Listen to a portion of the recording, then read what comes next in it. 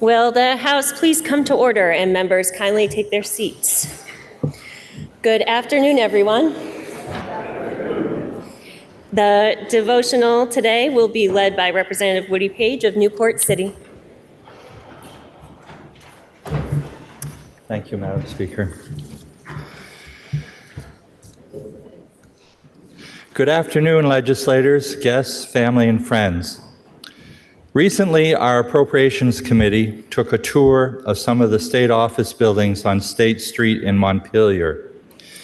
The damage from last year's summer floods and the work moving forward with repairs and updates is, in a word, overwhelming.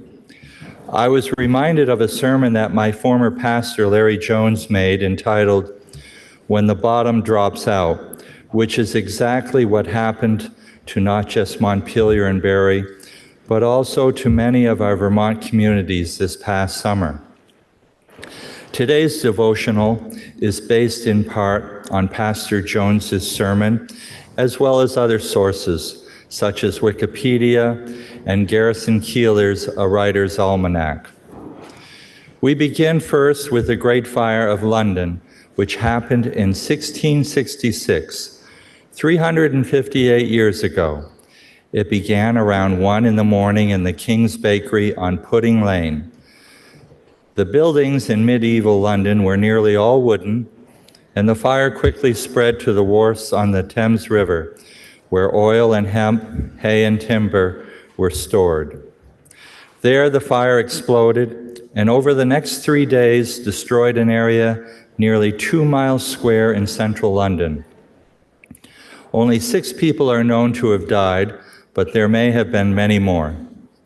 A man named John Evelyn wrote in his diary the next night, and I quote, "Oh, the miserable and calamitous spectacle.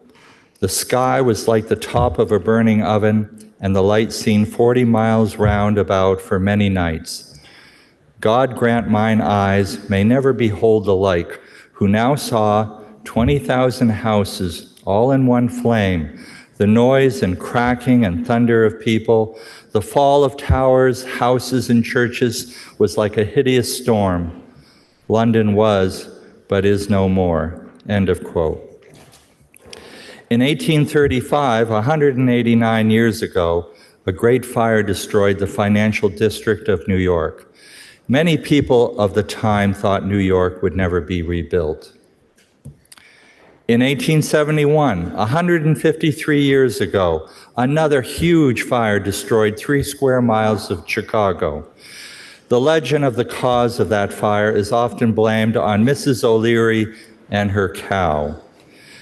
The O'Leary story may or may not be accurate, although the devastation was as serious and bad as in London and New York, and more than 300 people died there.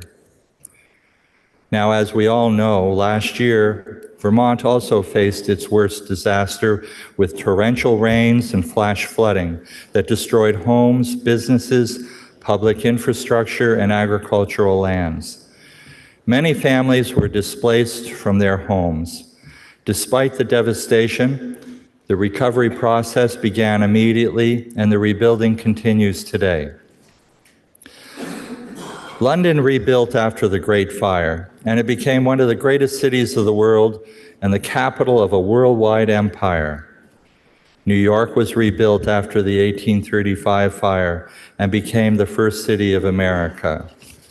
Chicago rebuilt and became the greatest city of the American Midwest.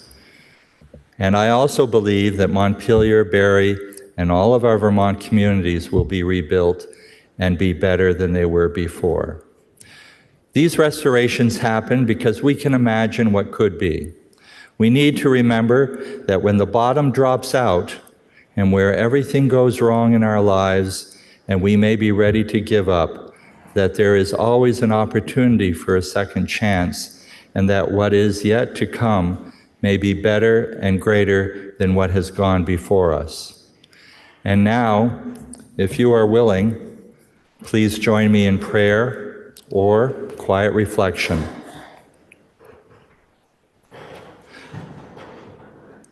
O Creator of the universe, We pray for the people in harm's way. We pray for our world, our country, our state, and our communities. May we help build a future better than the past. Amen. Thank you.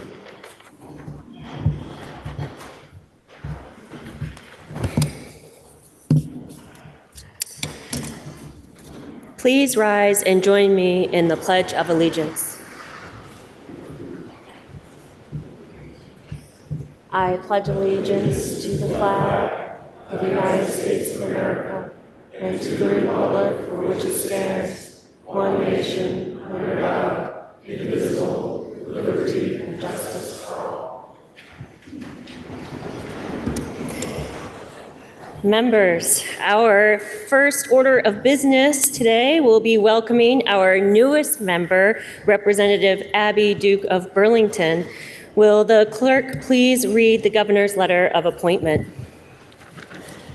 Dear Speaker Kowinski, I have the honor to inform you that I have appointed Abby Duke of Burlington, Vermont to serve in the General Assembly representing House District Chittenden 17. Sincerely, Governor Philip B. Scott. The clerk administered the oath of office to Representative Duke this morning, so she is ready to be seated. Madam Sergeant at Arms. Madam Speaker, I present to you Representative Abby Duke of Burlington, representing House District Chittenden 17. Thank you. Will the Sergeant at Arms please escort Representative Duke to her seat, which is seat number 52.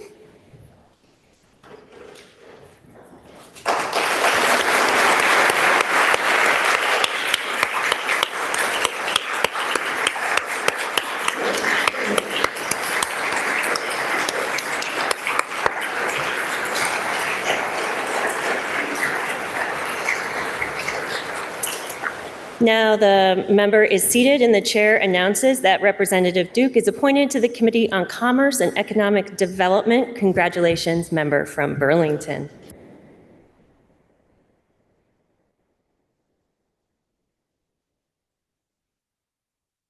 Members, we received a Senate message notifying us that the Senate has refused to concur in the House proposals of amendment on 2 bills and appointed senators to committees of conference thereon. So I will now appoint the conferees for those 2 bills on the part of the House. The first is Senate Bill 309, which is an act relating to miscellaneous changes to laws related to the Department of Motor Vehicles, and vessels. The chair appoints the following members to serve on the Committee of Conference on the part of the House. The member from Guilford, Representative Coffey, the member from Pittsford, Representative Shaw, and the member from Essex, Representative Dodge. The second is House Bill 563, which is an act relating to criminal motor vehicle offenses involving unlawful trespass, theft, or unauthorized operation. The chair appoints the following members to serve on the Committee of Conference on the part of the House. The member from West Rutland, Representative Burdett, the member from Essex Junction, Representative Dolan, and the member from Williston, Representative Arsenault. Members, earlier today, the Committee on Government Operations and Military Affairs reported favorably with proposal of amendment on Senate Bill 96, which is an act relating to privatization contracts. Carrying an appropriation, the bill is referred to the Committee on Appropriations pending its entry on the notice calendar. Are there any announcements? Member from Essex. Thank you, Madam Speaker. I sat here all day Friday waiting for a text message that didn't come. And then I got a call just after we adjourned. Will you help me congratulate Madison, Montana, and Stephen Black, and help me welcome to the world Benson, Montana Black. Mom's doing well. Baby's had a little bit of a snafu.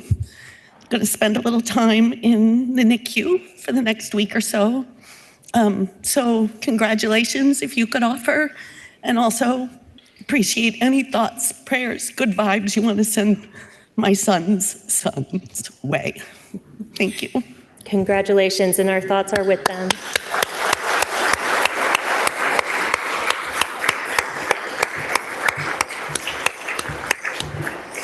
Member from Shelburne.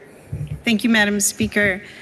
I rise this afternoon to welcome a very special guest, my dad, who has been a loving father to me since I was just 9 years old. As many of you know, I grew up in Rhode Island where my father and brother lived. So the last time he was here in this state house was 8 years ago, the day I was sworn in. When I was originally considering whether to run, it was his encouragement that helped make my decision so very clear. We always talked politics around our house, always. And I remember him reminding me that each one of us can make a decision to help out whatever way is possible.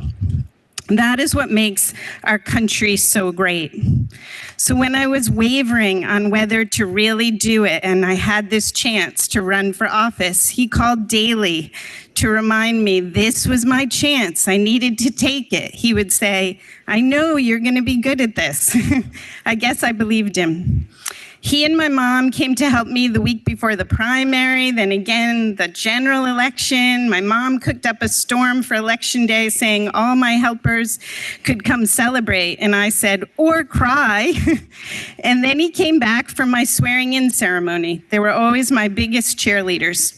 Just yesterday, he surprised me by calling to say he had read my newspaper article where I announced that I would not be seeking re-election.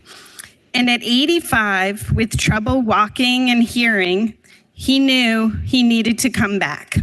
So he took to his car all alone and drove here to watch us conducting business for the state of Vermont during my final week. Madam Speaker, my dad, who I love dearly, is sitting in the Senate seats. I hope you will take a moment to welcome him.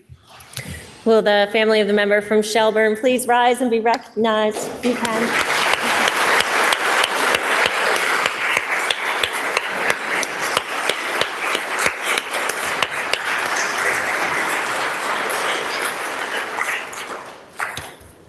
Are there any further announcements? Member from Waterbury. Thank you, Madam Speaker.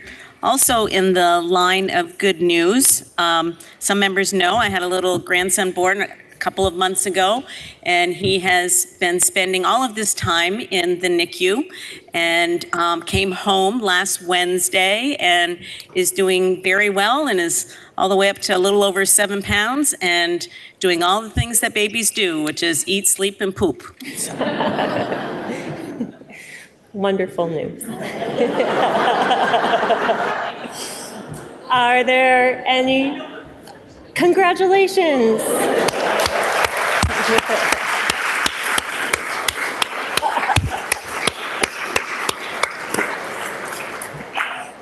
It's gonna be a week. Are there any further announcements? Seeing none, orders of the day.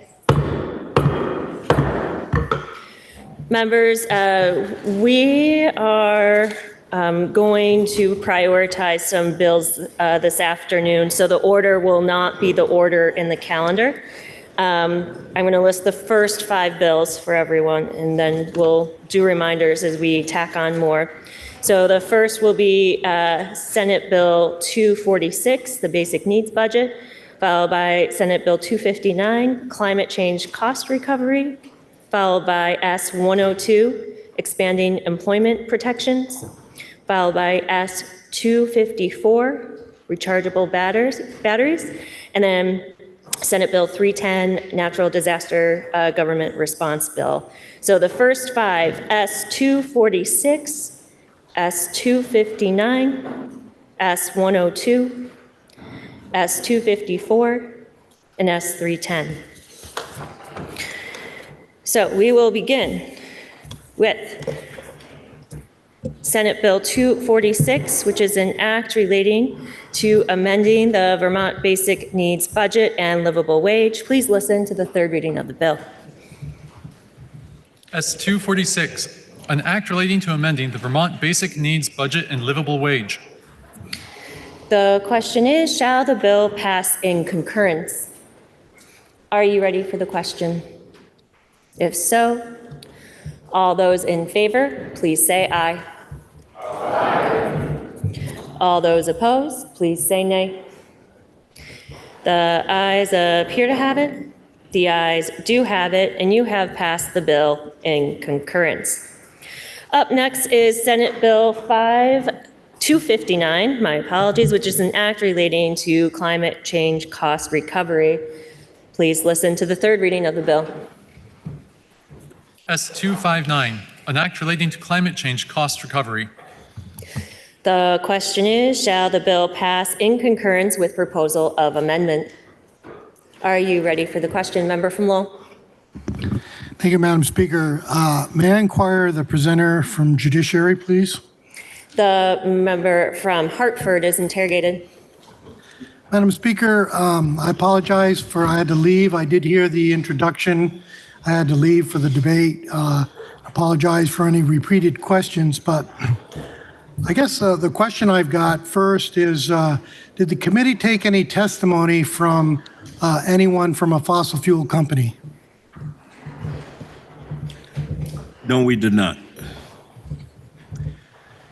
Another question I've got, I guess, is first, I have a concern with that. Second, if and when the opportunity arises, and let's say by some magical miracle, fossil fuel companies start to contribute to Vermont and other states jump in, was there any discussion about how that would be broken out?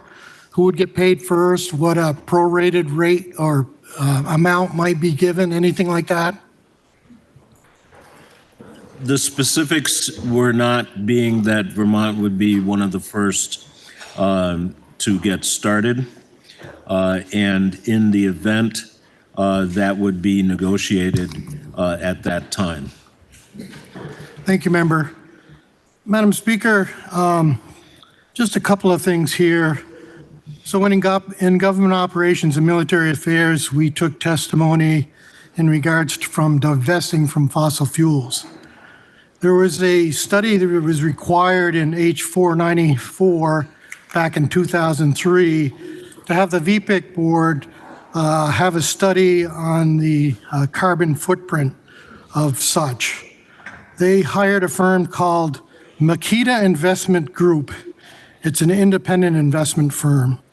And I thought it was pretty interesting, one particular piece, one particular bullet point that was brought up in that study. Madam Speaker, may I read from that bullet point? You may. 23 of the 149 VPIC public market fossil fuel companies were also among the top 200 global renewable energy generation companies. That to me brought to mind that some of these companies, and I'm sure more in the future, will continue to invest in renewables and other efforts to move away from fossil fuels. The other thing that I've always thought about in regards to fossil fuels is how fossil fuels are instrumental in the development of developing countries. And I thought when I looked up information about it, I might find how important it is for agriculture and so on to have diesel and gasoline engines to help modernize their agricultural abilities and all that. But what I found was pretty stark too, and I think it might be important for folks to hear this. It was in a Forbes article. The title of it was How Fossil Fuels Are Saving Lives in Developing Countries. And it was narrated by a chemical engineer covering the energy sector. Basically, Madam Speaker, what it talked about was so many, as a matter of fact, it mentioned millions of lives are being lost in developing countries based on air quality. And that air quality isn't necessarily coming from climate change. What it's coming from is what they cook with. And the things that they cook with are wood, dung, coal, charcoal, and garbage. And what this discussion talked about was how important it would be for a stopgap measure to have the ability for these countries to have easy access to propane in particular, which is much cleaner. And if you can imagine, the other discussion was, if you have these countries that continue to cut down trees for this purpose, you're defeating the purpose. And Madam Speaker, I'd like to read from just a section of that particular article too, if I could. You may. So the IPCC, the Intergovernmental Panel on Climate Change, in the report that they brought out a couple of years ago on this whole targeting of 1.5 degrees Celsius of climate change, they highlighted the use of LPG as a cooking fuel to reduce particulate emissions. And it produces a negligible, in some cases even a negative increase in CO2. That might sound odd, but studies in India and parts of Africa have shown that if you switch people from burning biomass to burning LPG, it reduces the amount of deforestation, and you can get a net negative CO2 impact from that switch. Madam Speaker, I'm mentioning all this just because I think it's a little bit, I don't know what the word is, selfish of us to consider a bill like this where we're looking at getting this money from these fossil fuel companies when I thought it was disturbing in the presentation initially about looking at them as such negative forces on the environment, when here I just explained how in some of these third world countries and undeveloped countries, it can be a huge success. So, there's just one more reason for me to not go down this road of suing big oil, make big oil pay, whatever the campaign slogan is, but there's a lot more to it. And I could go on and on talking about that. I mean, I mentioned in my committee, how many folks here have I heard that took a trip to, France and Italy and Ireland, and I mean, I did myself with my wife last year, first opportunity I had to go to Germany. So again, I think we're being a little bit hypocritical when we want to sue these outfits, yet we're taking advantage of everything that the fossil fuel industry contributes to our economy, looking at our computers, our iPhones, toothpaste, I mean, the list goes on, it's amazing. So Madam Speaker, with that, and I know that there was a number of folks out on Friday, when the vote is taken, I'd like it to be taken by roll, please. The member from Lowell requests that when the vote is taken, it be taken by roll. Is the member sustained? The member is sustained. When the vote is taken, it will be taken by roll. The question is, shall the bill pass in concurrence with proposal of amendment? Member from South Burlington. Yes, Madam Speaker, just one correction. We did reach out to the fossil fuel industry representative of the American Petroleum Institute, which represents all segments of America's natural gas and oil industry. They declined to come and testify, but they did provide written testimony, which is on our website. The question is, shall the bill pass in concurrence with proposal of amendment? Member from Lowell. Madam Speaker, I apologize, but I don't have the time right now to look that up. Can you give us a synopsis of what they had written back to the Committee of Jurisdiction? The member from South Burlington is interrogated if he chooses to do so. They did not support the bill.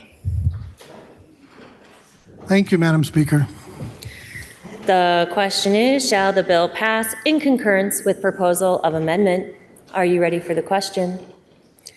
If so, will the clerk please call the roll? Andrews of Westford. Yes. 2 minutes.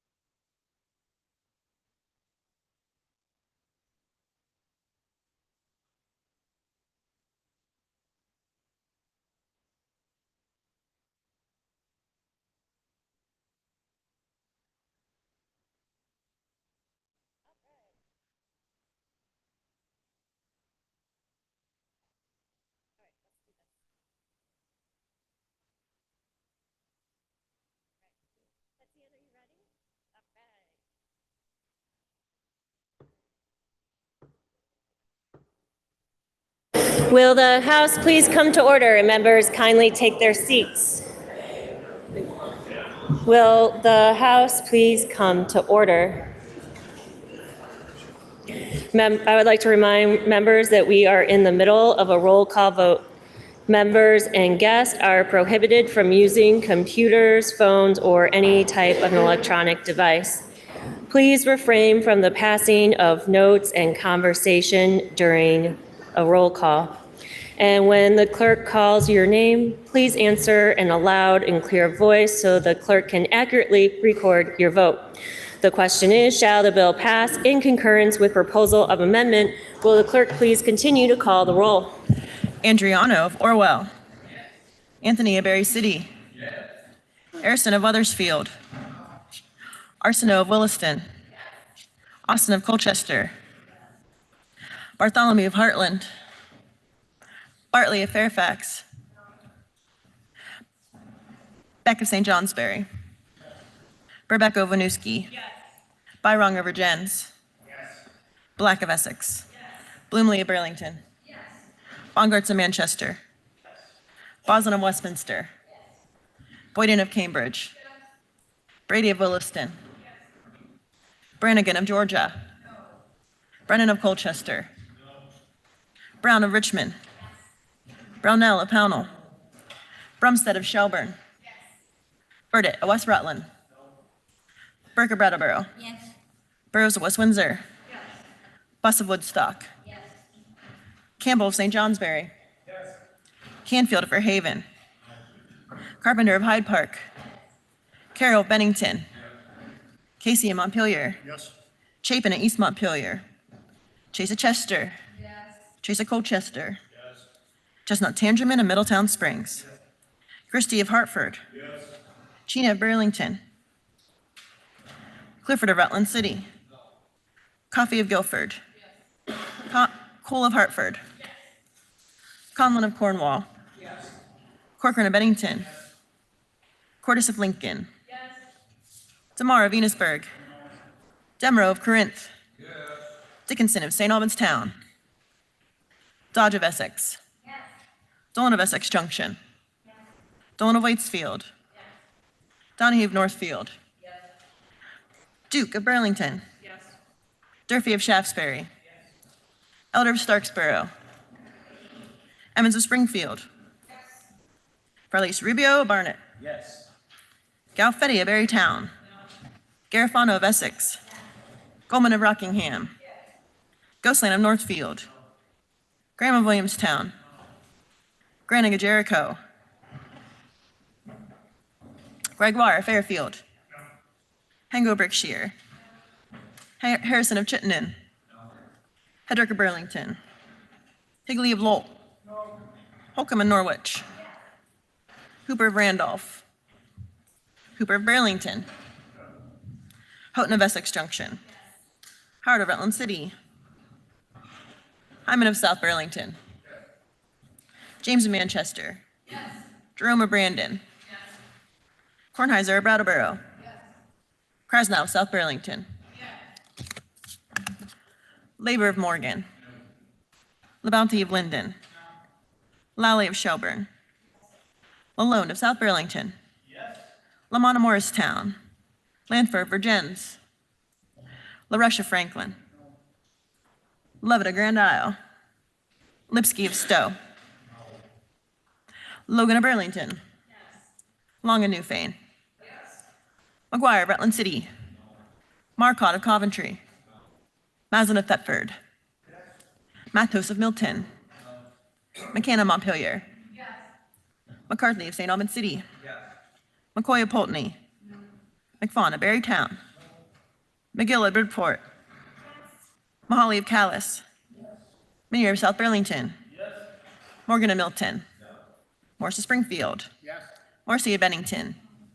Rowicki of Putney. Nicole of Ludlow. Knott of Rutland City. Moyes of Woolkit. Nugent of South Burlington. O'Brien of Tunbridge. Odie of Burlington. Oliver of Sheldon. Page of Newport City.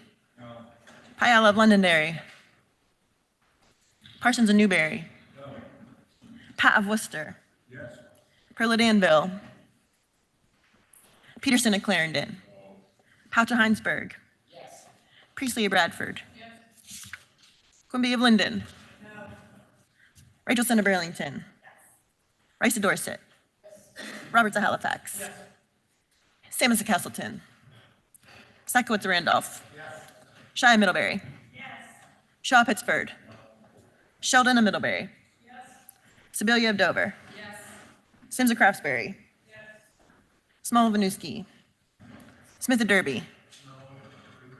No. Squirrel of Underhill. Yes. Stebbins of Burlington. Yes. Stevens of Waterbury. Yes. Stone of Burlington. Supernaught of Barnard. Taylor of Milton. Taylor of Colchester. Yes. Templeman of Brownington. Yes. Toledo of Brattleboro. Yes. Toof of St. Albans Town. No. Tory of Moortown. Yes. Troiano of Stannard. Yes. Walker of Swanton. No. Waters Evans of Charlotte. Yes. White of Bethel. Yes.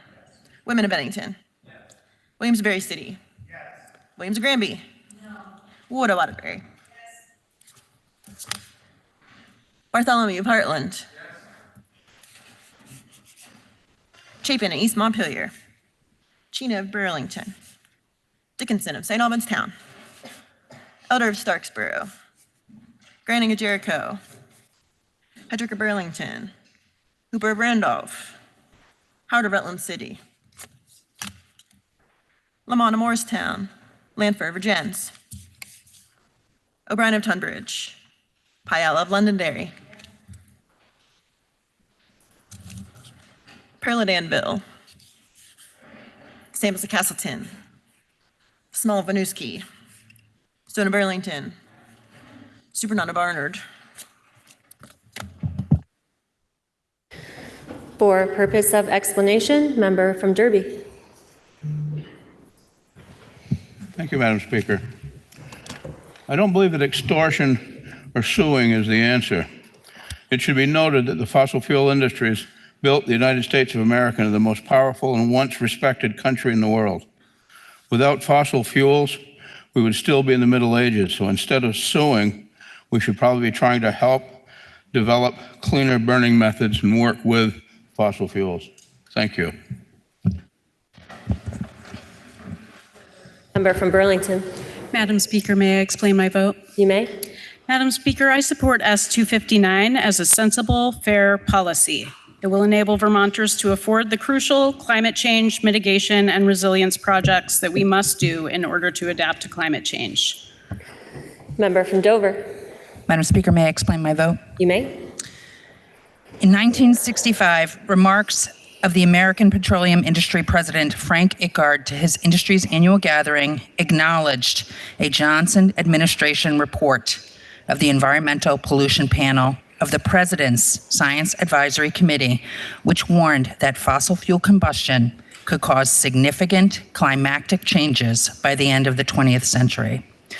In his remarks, API President Icard noted that, quote, one of the most important predictions of the report was that carbon dioxide is being added to the Earth's atmosphere by the burning of coal, oil, and natural gas, which would lead to, quote, marked changes in climate beyond local or even national efforts. Members, please listen to the results of your vote. Those voting yes, 94. Those voting no, 38. The ayes have it, and you have passed the bill in concurrence with proposal of amendment. Next is Senate Bill 102, which is an act relating to expanding employment protections and collective bargaining rights. The bill was referred to the Committee on General and Housing, which recommends that the House propose to the Senate to amend the bill as printed in today's calendar. The member from Middletown Springs, Representative Chestnut Tangerbin, will speak for the committee. And then carrying an appropriation, the bill was referred to the Committee on Appropriations, which recommends that the bill ought to pass in concurrence with the proposal of amendment recommended by the Committee on General and Housing. The member from Burlington, Representative Bloomley, will speak for that committee. Please listen to the second reading of the bill. S102, an act relating to expanding employment protections and collective bargaining rights. Member from Middletown Springs. Thank you. Madam Speaker, let's talk about the American dream, capital A, capital D, American dream. There are countless variations, but the heart of it remains the same. It's the dream of a better life, the dream of opportunity for yourself and your children and grandchildren. It is the belief that if you work hard, you will be rewarded with fair pay and success. It's the idea of a pure meritocracy, of fair play that rewards the diligent. And it is the enduring dream around the globe of freedom and the ability to better yourself. It's the reason we have hundreds of thousands of would-be immigrants clamoring at our borders for a shot at that dream. That dream burns so bright, and it does so despite the facts that the dream historically was not open to all, the facts of slavery, of manifest destiny, despite Jim Crow, despite Indian wars and Japanese-American detention camps, despite sweatshops and crushing poverty and discrimination in the ghettos of Harlem and Little Italy and Chinatown and the Jewish Lower East Side. And still, the dream burns bright. It still burns in part because people ground down by bigotry and oppression banded together.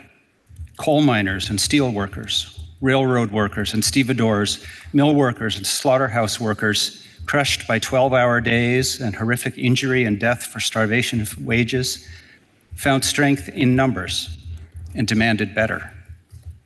They weren't given it, of course. They were more frequently met with violence from the army, police, Pinkertons, vigilantes, and company thugs deployed to protect the ruling class. They were beaten, shot, burned, poisoned, and starved, but they persevered, and by banding together, and only by banding together, they helped create the modern world. And this is the world we know, with weekends, overtime, sick days, flex time, even paid vacations, though personally I don't know anything about that. Madam Speaker, I often hear of nostalgia for the good old days when Dad went to work and Mom stayed home to raise their perfect 2.3 children in Levittown. How was that possible? Well, in the 1950s and 60s, about 35% of the private sector workforce belonged to unions. Today, that number is about 6.5%, and few families can survive on a single income. According to the Economic Policy Institute, during the last 45 years of union decline, worker productivity increased by 65%. But in that same period, worker compensation, adjusted for inflation, increased a measly 15%. CEO compensation in the same time period increased by 1,322%. Something is badly out of whack. And a growing body of research correlates the decline in union membership with ever-increasing economic disparity and a loss of opportunities for skilled workers, laborers, minorities, and immigrants to access the American dream. It's also worth noting that in that rose-colored past, the corporate income tax reached 53%. Today it's 21%, but that's only if you have lousy lawyers. And all of this reinforces that America was strong when unions were strong, which finally brings us to S102, which can be found on page 5199 of today's calendar. This bill takes 3 modest steps towards leveling the increasingly tilted playing field. Section 1, despite a long title and several pages of text, addresses a simple concept. An employer may require employees to attend meetings that are work-related or pertain to the employee's job function. And the employer can penalize an employee for not attending these required work meetings. But under S102, an employer may not require attendance or discharge, discipline, penalize, threaten, or otherwise discriminate against an employee who chooses not to attend or to participate in a meeting or communications that have the primary purpose of communicating the employer's opinion about political or religious matters. So how does this play out? Well, Monday morning meetings about sales targets or job site safety are still fine. But if the meeting is a prayer circle or to promote a political candidate or perspective, less fine. To be clear, the employer can still organize the prayer circles. What they cannot do is require attendance or retaliate against those who choose not to attend. It's not about limiting freedom of speech, it's about not punishing people who choose not to participate. For these purposes, political matters means matters relating to political affiliation, elections for political office, political parties, legislative proposals, and the decision to join or support any political party or political, civic, community, fraternal, or labor organization, or any combination of the above. Religious matters means matters relating to religious affiliation, religious practice, the decision to join or support any religious or denominational organization or institution, or any combination of the above. The bill does provide a number of exemptions. For example, if the employer is a religious or political organization, like a Catholic school or a political campaign, then religious and political matters are part of your work. Or there's an exemption for if the communication is required by law or is necessary for the employee to perform their job. 6 other states already have laws protecting workers from retaliation if they decline to attend forced meetings on matters of personal conscience. And this provision would apply to all employers. Section 2 takes us back to when the National Labor Relations Act was created in 1935. Due to a political bargain of the time, the act specifically excluded agricultural workers and domestic workers, as well as independent contractors, from the definition of employee. And when the Vermont Labor Relations Act was passed in 1967, it simply carried over those exemptions. So Section 2 finally removes the exemption for domestic workers. Section 2 does not remove the exemption for agricultural workers. Instead, Section 3 creates the Agricultural Worker Labor and Employment Laws Study Commission, tasked with an in-depth dive into agricultural labor law and identifying potential legislative action to provide additional employment rights and a proposal for farm workers to organize. The committee will be comprised of 8 legislative members with the support of Legislative Council and must report back by December 15th, 2024. This section was a committee amendment from your Committee on Agriculture, Food Resiliency, and Forestry, who took their own testimony on it. Sections 4 through 8 all relate to majority sign-up elections, also known as card check. The different sections amend different sections of labor law, like municipal employees or teachers or judicial employees.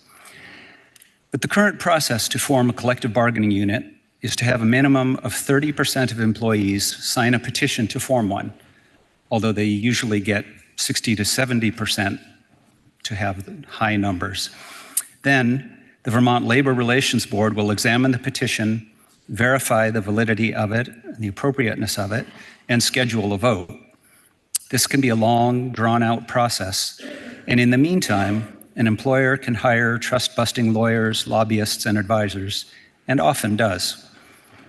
Card check circumvents this process by stipulating that when 50% plus 1 of employees have signed the petition or the card, then the collective bargaining unit is considered formed, pending approval of the Labor Relations Board. If the Labor Relations Board determines that not all the employees who signed are eligible, or for some other reason the number of signers drops below 50%, then the existing election process kicks in, and it's considered to be a petition. The key takeaway here is that card check is only an alternative process and it only applies to those employees who already have the right to organize. The current process also stays in place as another option, but CardCheck does not create or remove any rights to organize. It's a process question. So if you wonder whether this would allow farm workers to organize, or college athletes, or bus drivers, or legislative council, the answer is, if they can organize now, they can still organize. If they can't organize now, then they can't use CardCheck either. So who would this affect? Because the National Labor Relations Act already governs almost all private sector employees, the state can only regulate the public sector or private employers with 5 or more workers who do not engage in interstate commerce, which is virtually no one. Interstate commerce is widely interpreted so that a business who uses ingredients bought from out of state or parts bought out of state or sells to tourists is engaged in interstate commerce. So there are these days virtually no companies that do not engage in interstate commerce. The public sector includes most state employees, state troopers, UVM, Vermont State University, state's attorney's offices, the Defender General's office, state-paid deputy sheriffs, teachers and school administrators, as well as municipal and judicial employees, many of whom are already organized. Home and community-based services and childcare home providers are eligible to organize, but not to use CardCheck. Additionally, CardCheck can only be used when there is no existing collective bargaining unit established. It cannot be used to change representation or to decertify an existing labor agreement. And Vermont is not out in front here. 9 other states already use CardCheck elections: California, New York, New Jersey, Maine, Illinois, Oregon, Washington, and New Mexico. The effective date would be July 1st, 2024. Madam Speaker, your Housing and General Affairs Committee heard testimony from senior counsel from the AFL-CIO, President of United Auto Workers Local 2322, President of Teamsters Local 597, General Counsel for the Agency of Agriculture, Food and Markets, former paraprofessional from Harwood Unified Union School District, Director of Government Affairs from Lake Champlain Regional Chamber of Commerce, Executive Director from the Labor Relations Board, Vice President of Associated Industries of Vermont, Director of Paul Franken Collins, President of the Vermont Farm Bureau, Legislative Director of Rural Vermont, a partner from Pyle Rome General Counsel for Vermont State Employees Association, the Senate reporter of the bill, a non-union worker from Caledonia County, an organizer for Migrant Justice, an adult services specialist from South Burlington Public Library, legislative counsel from the Office of Legislative Counsel, Chief Assistant Attorney General from the Attorney General's Office, Organizing Director from the American Federation of Teachers, Vermont, Executive Director of Vermont Labor Council, AFL-CIO, the organizer of Scoopers United, a lobbyist for Working Vermont, the co-owner of Nelson Farms and the Vermont Dairy Producers Alliance, a self-advocate from Hardwick, the Solicitor General of the Office of Vermont Attorney General, Vice President of Government Affairs from the Vermont Chamber of Commerce, and the Chair of the House Committee on Agriculture, Food Resiliency, and Forestry. Madam Speaker, our committee vote was 11-0-1, and we ask for the body's support.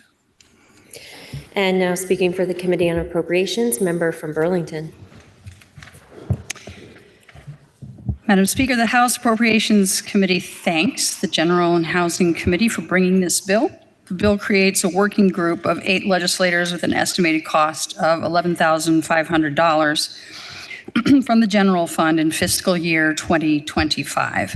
It does not include an appropriation for those costs, as they'd be absorbed by the General Assembly's fiscal year 2025 budget. House Committee on Appropriations favorably reports S-102 as amended by the House Committee on General Housing on a vote of 10-0-2 and recommends that the body support.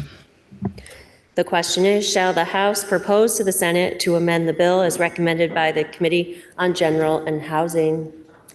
Are you ready for the question? If so, all those in favor, please say aye. Aye. All those opposed, please say nay. The ayes appear to have it. The ayes do have it, and you have proposed to the Senate to amend the bill. Now the question is, shall the bill be read a third time? Are you ready for that question? If so, all those in favor, please say aye. Aye. All those opposed, please say nay. The ayes appear to have it. The ayes do have it, and third reading is ordered. Now we'll turn to Senate Bill 254, which is an act relating to including rechargeable batteries and battery-containing products under the State Battery Stewardship Program. The bill was referred to the Committee on Environment and Energy, which recommends that the House propose to the Senate to amend the bill as printed in today's calendar. The member from Springfield, Representative Morse, will speak for that committee. In affecting the revenue of the state, the bill was referred to the Committee on Ways and Means, which recommends that the bill ought to pass in concurrence with the proposal of amendment recommended by the Committee on Environment and Energy. The member from Burlington, Representative Odie, will speak for that committee. Please listen to the second reading of the bill. S-254, an act relating to including rechargeable batteries and battery-containing products under the State Battery Stewardship Program. Member from Springfield.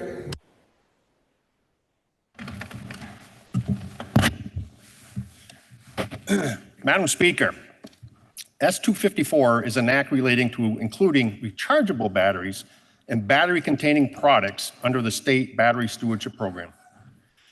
The House Environment and Energy Committee has concurred with the Senate's proposal of S-254 with further instance of amendment, which can be found in today's calendar on page 4904. They changed that on me. The as passed by the Senate amendment can be located on the legislative website by using the bill search option. Madam Speaker, may I speak to the underlying bill as well as the amendment? You may. S-254 adds rechargeable batteries to 10 VSA Chapter 168, the state's product stewardship for primary and rechargeable battery program. It updates the definition of primary and rechargeable batteries and adds battery-containing products. Primary batteries are currently collected at our material recovery facilities in a program funded through the Primary Battery Extended Producer Responsibility Law. These EPR programs keep batteries out of our only landfill and fund their responsible disposition. Rechargeable batteries are currently a voluntary collection program with the existing EPR program. S-254 amends Title 10, Chapter 168. I will now describe the sections of the bill. Section 1 starts with definitions. It adds battery-containing products and defines what they are and what they are not. And as an example, electronic products have a separate stewardship program and would not be included.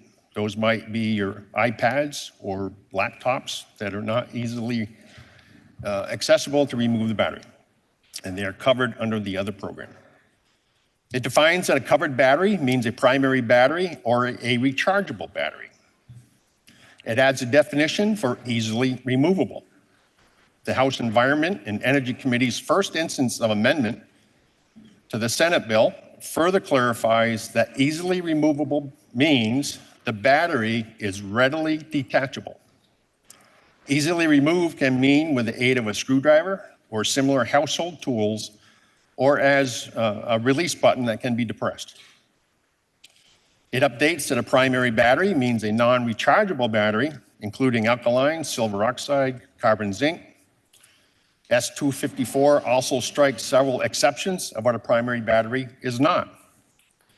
Effective January 1st, 2026, the weight of a primary battery would increase from 4.4 pounds to 25 pounds. It adds that in a rechargeable battery is defined as one or more voltaic or galvanic cells electrically connected to produce electrical energy and designed to be recharged. Further, it limits their weight to not more than 25 pounds. Additionally, they must be readily removable from a battery-containing product. They do not include a traditional car battery, EV, or Powerwall battery, a medical device, or others that are not easily removable.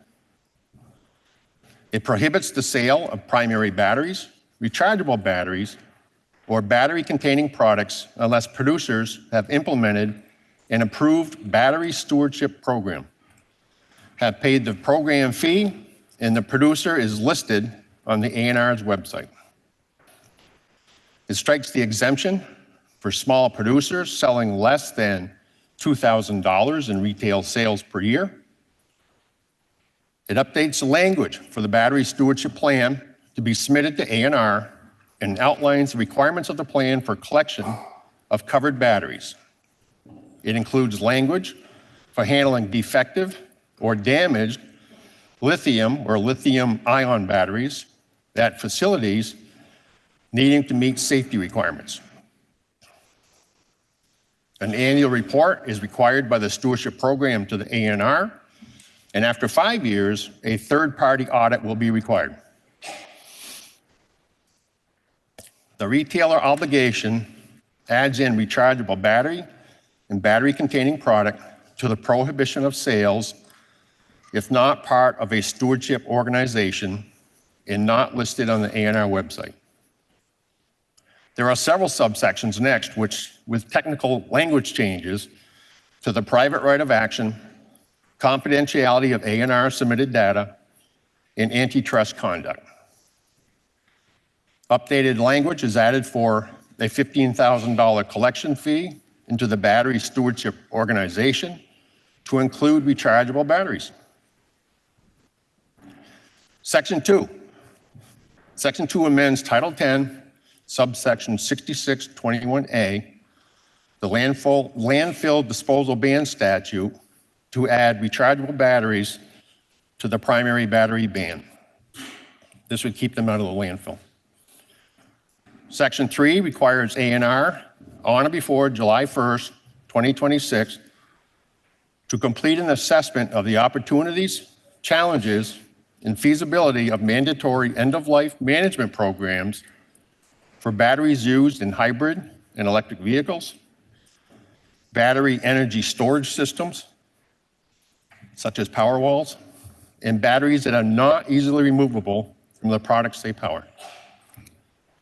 ANR shall recommend to the General Assembly policy recommendations on whether mandatory end-of-life management programs are necessary for any of these types of batteries. Section 4 provides when the new components of the battery stewardship program would go into effect. Generally, the expansion of the program to primary batteries weighing more than 4.4 pounds, but less than 25 pounds, into rechargeable batteries and battery-containing products begins on January 1st, 2026. For the second instance of amendment to S254, the House Environment Energy added 2 additions in Section 4. 4A amends the Household Hazardous Products Stewardship Organization registration that we passed from last year by extending the date out 6 months from January 1st, 2025 to July 1st, 2025. Section 4B addresses the ANR administrative use controls. So ANR requested statutory authority known as administrative use controls to regulate sites with hazardous material contamination in a manner that protects public health and manages existing and future uses without immediately requiring full-scale remediation.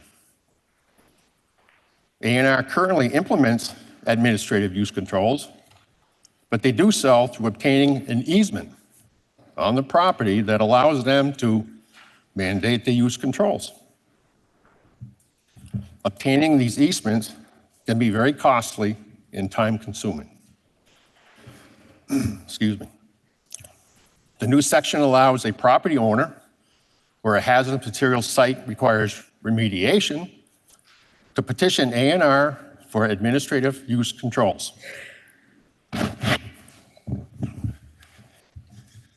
They must describe the contamination and propose a corrective plan, and among other requirements, propose the use of the site subject to administrative controls. I want to give you an example of administrative use control. A school having a PCB contamination, but is successful in reducing contamination exposure through ventilation or other means. Without administrative use control and a lack of adequate funding, the school would not be able to remain operational unless full remediation is complete. This amendment would give the A&R authority to review an application and allow a specific plan for the use of the property.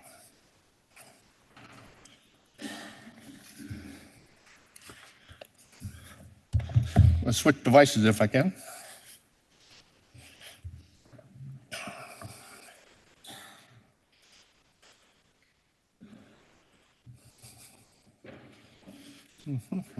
Bear with me, I'm getting there.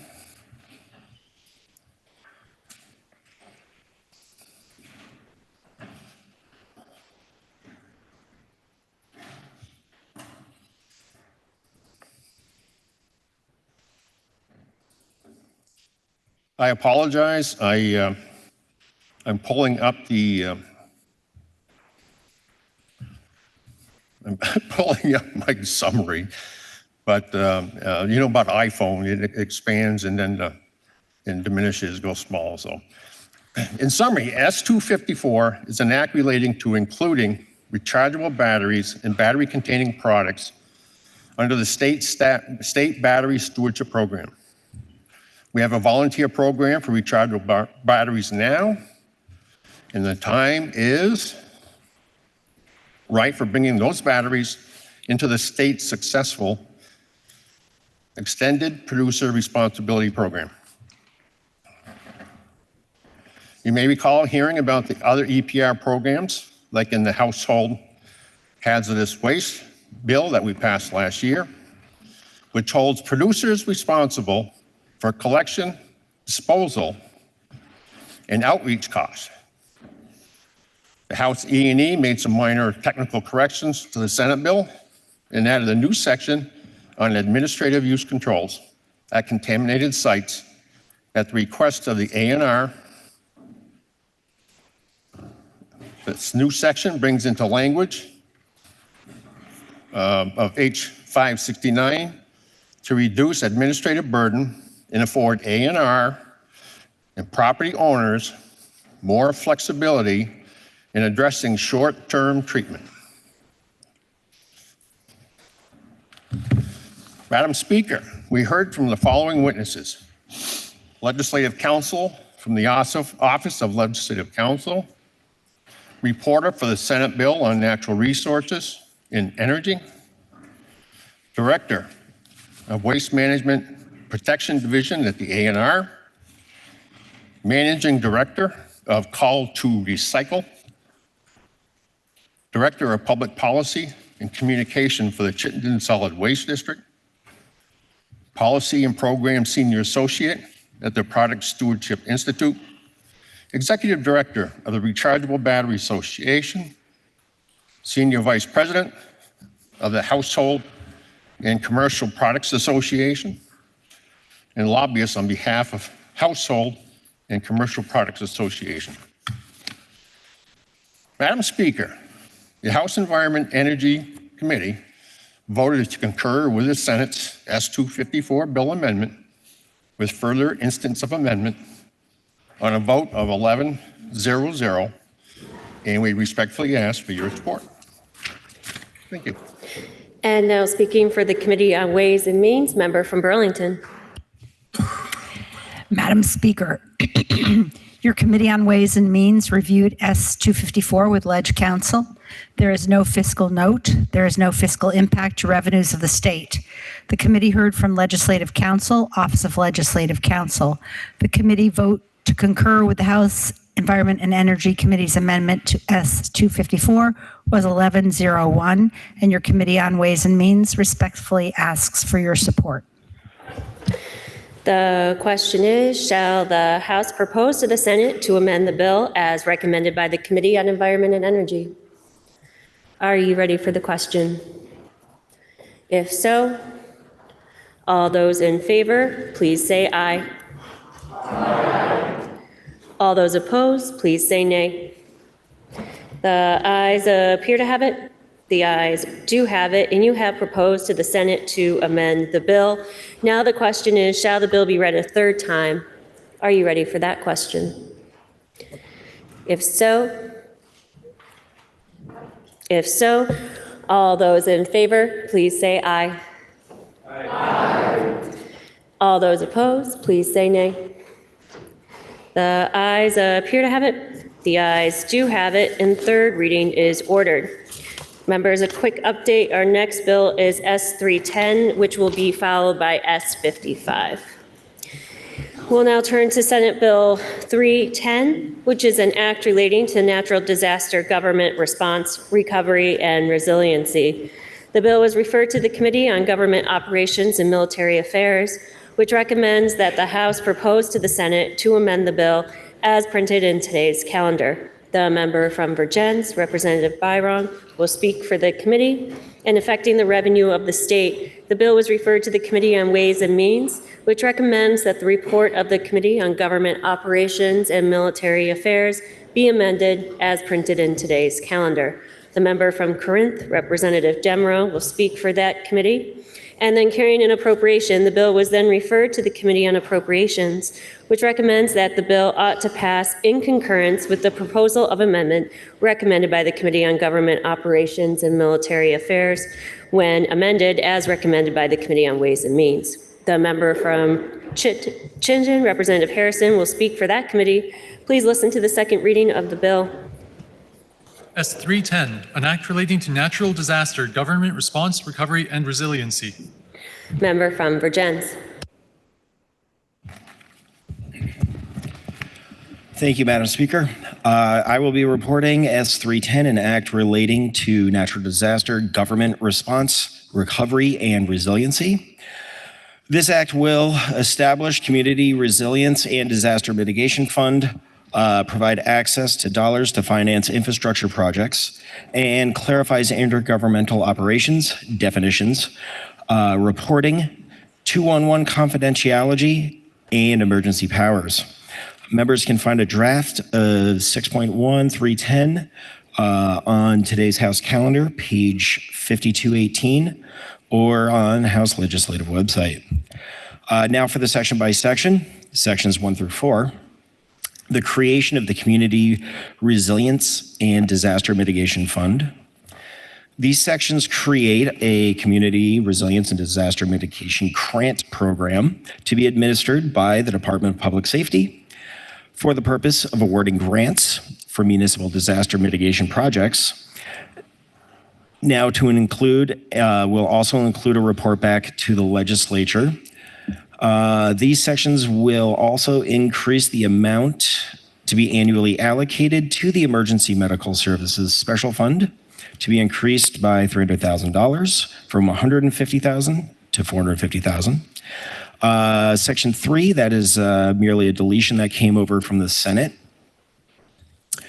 We're also adding a new section, 4A. This will amend 10 VSA Section 10 by creating a new subsection. Subsection C, this will enable the State Treasurer's Office to create an additional credit facility of up to 2.5% of the state's average cash balance for financing local investments relating to climate infrastructure and resilience projects. Subsection D will require the treasurer to annually report to the legislature the activities of financing and accounting of any of these credit facilities created pursuant to subsection C. This will be concurrent with the 10% for Vermont program by merely bumping that up 2.5% on a revolving basis. And now, Madam Speaker, I'd like to yield to the member of Cambridge.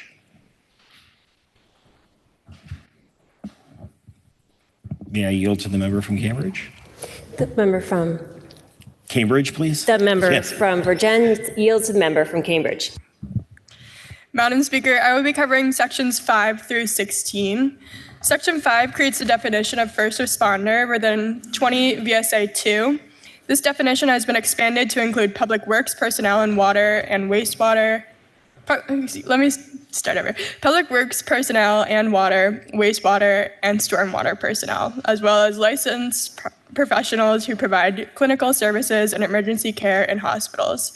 For the purposes of emergency response planning, this expanded list of personnel will be treated similarly to traditional emergency-oriented professionals like firefighters and police. Section 6 has been deleted. Section 7 through 12 codify the State Emergency Management Plan as created by the Department of Public Safety's Emergency Management Division. The plan is to be updated as necessary, but at least every 5 years.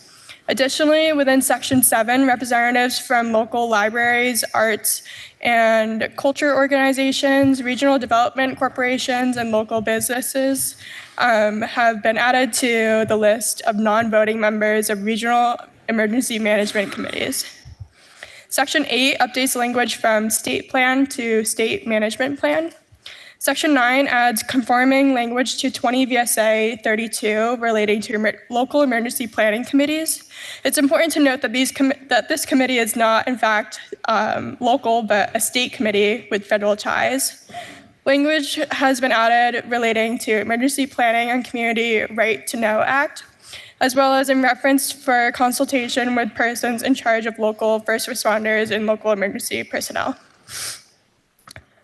Section 10 creates Chapter 41 within 20 VSA State Emergency Management Plan. This plan will be published no less than every 5 years. It will detail response systems, including all hazard events, emergency preparedness goals, and provide templates and guidance for local emergency plans that support municipalities in their own emergency management planning. Section 11, subsection A, the Department of Public Safety's Division of Vermont Emergency Management shall conduct an after-action review of the state's disaster preparedness leading up to, during, and after the 2023 summer flooding events throughout the state.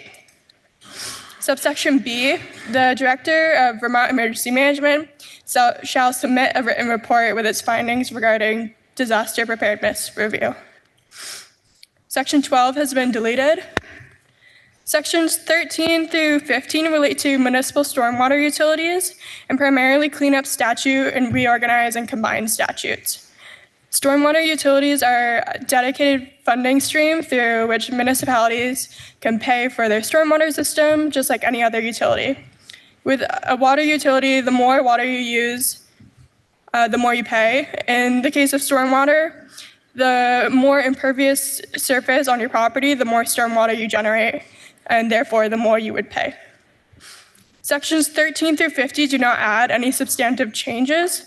It defines stormwater management systems, which had not previously been defined.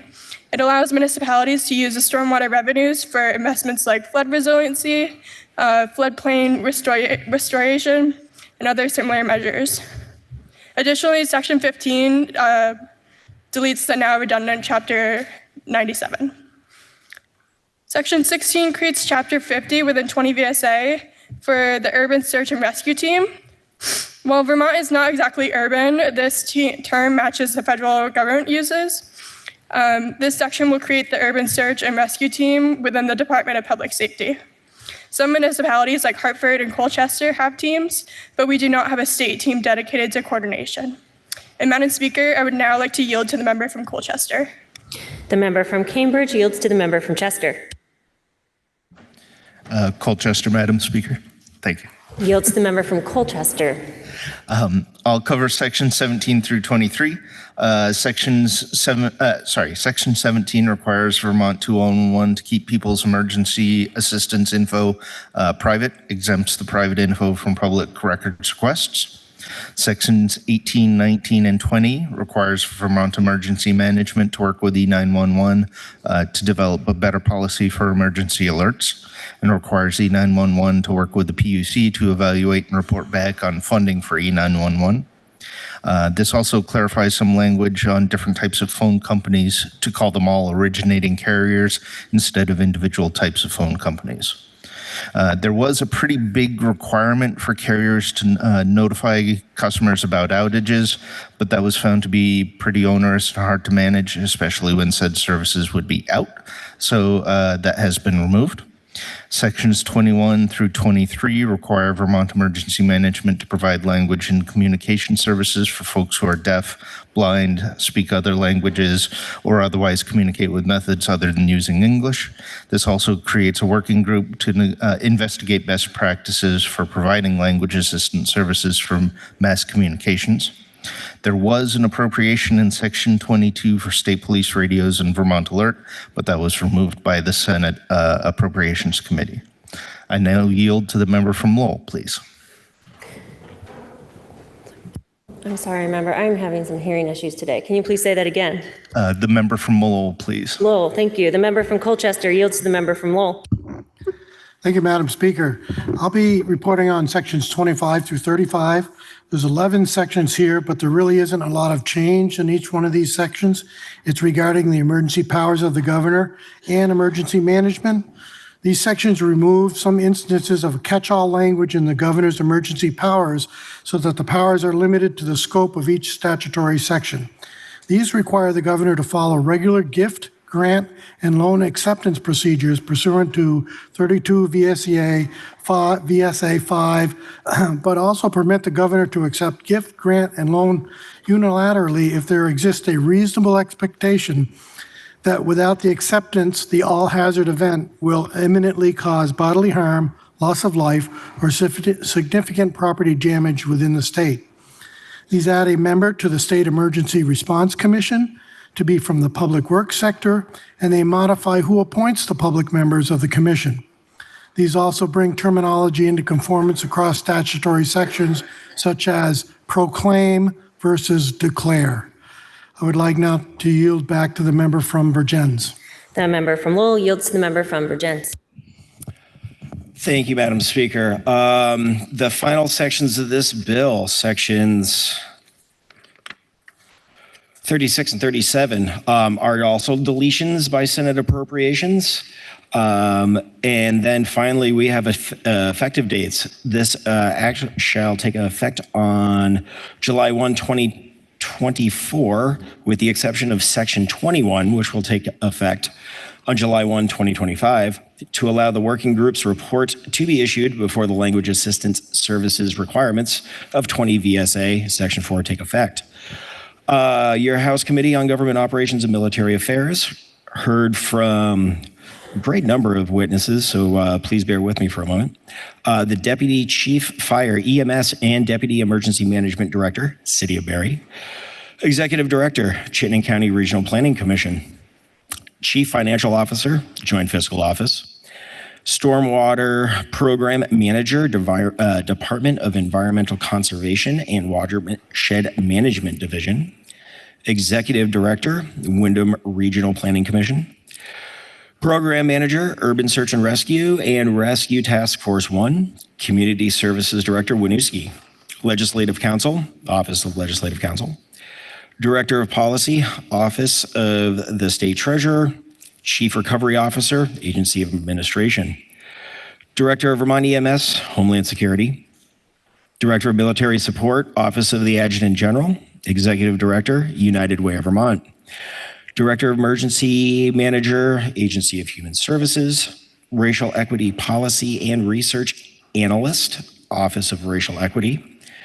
The Deputy Adjutant General, Senator and reporter of the bill. Chair of Vermont EMS Advisory Committee. Learn Vermont Coordinator, the Lamoille County Recovery Network. Executive Director, Hunger Free Vermont. Director of Water Investment Division. Lobbyist from Leonine Public Affairs. Let's see, Executive Director, Vermont Association of Broadcasters. Executive Director, Capstone Community Action. Executive Director, Enhanced 911 Board. General Counsel, Governor's Office. The State Treasurer. Director of Vermont Language Justice Project. The Director of Deaf, Hard of Hearing, and Deafblind Services. Principal Assistant, Department of Disabilities, Aging, and Independent Living. State Hazard Mitigation Officer with the Department of Public Safety. And Government Public Affairs Officer, Vermont Food Bank. And finally, Resilience and Adaptation Coordinator, Agency of Natural Resources. Madam Speaker, this act represents months of collaboration in the aftermath of last year's flooding. As the pattern of extreme weather events becomes more evident, it is vital that government at every level be able to effectively react, respond, recover, and repair. This bill has taken lessons learned, creative ideas, input from stakeholders, and turned them into a thoughtful, pragmatic piece of legislation. Today, we are taking necessary and significant steps forward to prepare our state for the events such as last year's flooding. Your Committee on Government Operations and Military Affairs voted 11-0-1 in favor of this bill, and we ask for the body's support. And now speaking for the Committee on Appropriations, member from Chittenden.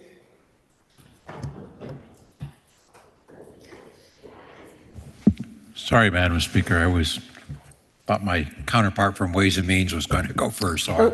My apologies. Let's try this again. And now speaking for the Committee on Ways and Means, member from Corinth.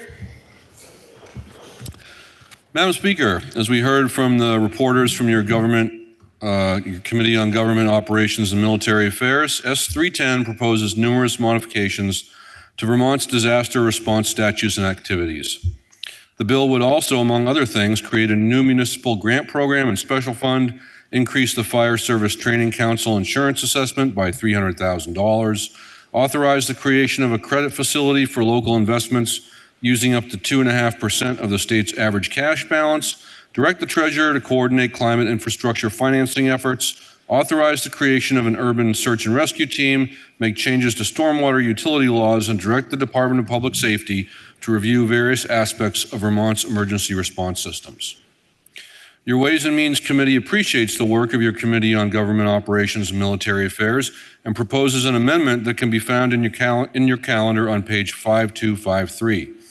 A fiscal note for the bill, draft 3.1 and dated May 1st, can be found by clicking the Fiscal Information tab on the bill's webpage. I'll now walk through the sections of the bill with fiscal impacts affecting the revenues of the state. Section 4 would increase the Fire Service Training Council insurance assessment from $1.2 million to $1.5 million, and the annual allocation to the Emergency Medical Services Special Fund from $150,000 to $450,000. The Fire Service Training Council insurance assessment was established in 1993 and was last increased in 2016 from $950,000 to $1.2 million.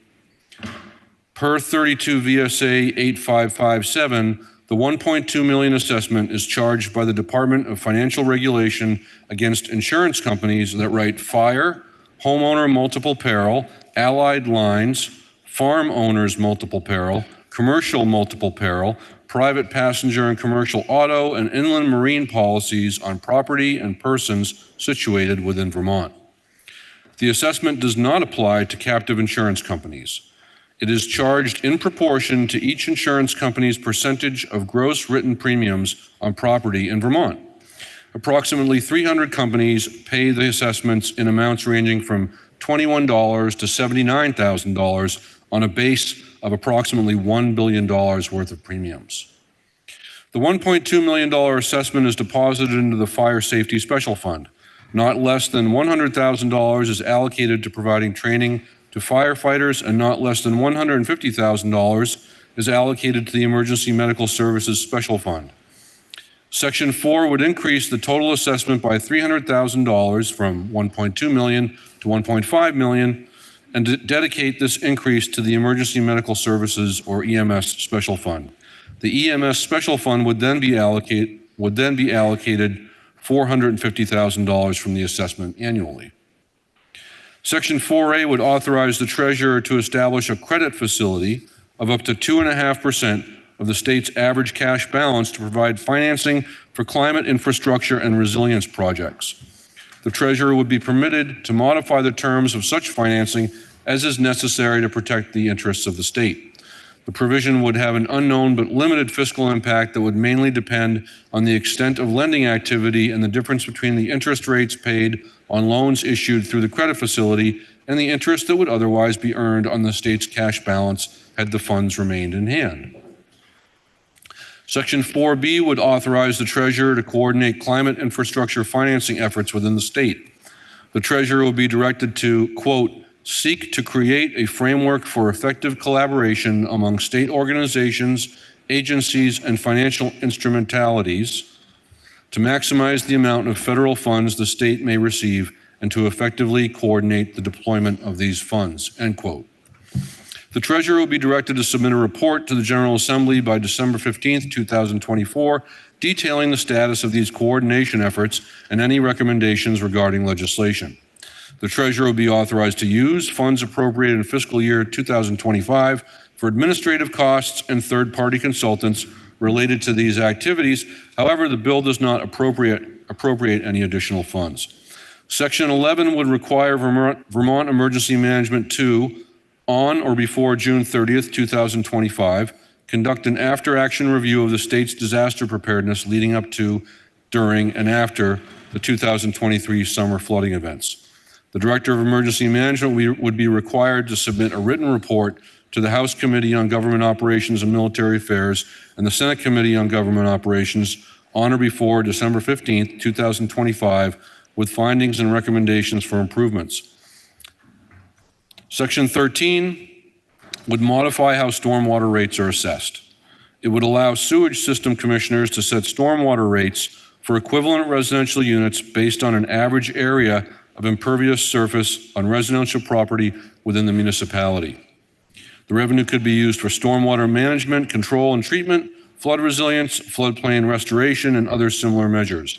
Section 13 would also let sewage commissioners require the owners of buildings, subdivisions, or developments abutting public streets or highways to have all sewers from those buildings, subdivisions, or developments connected to the municipal sewer system.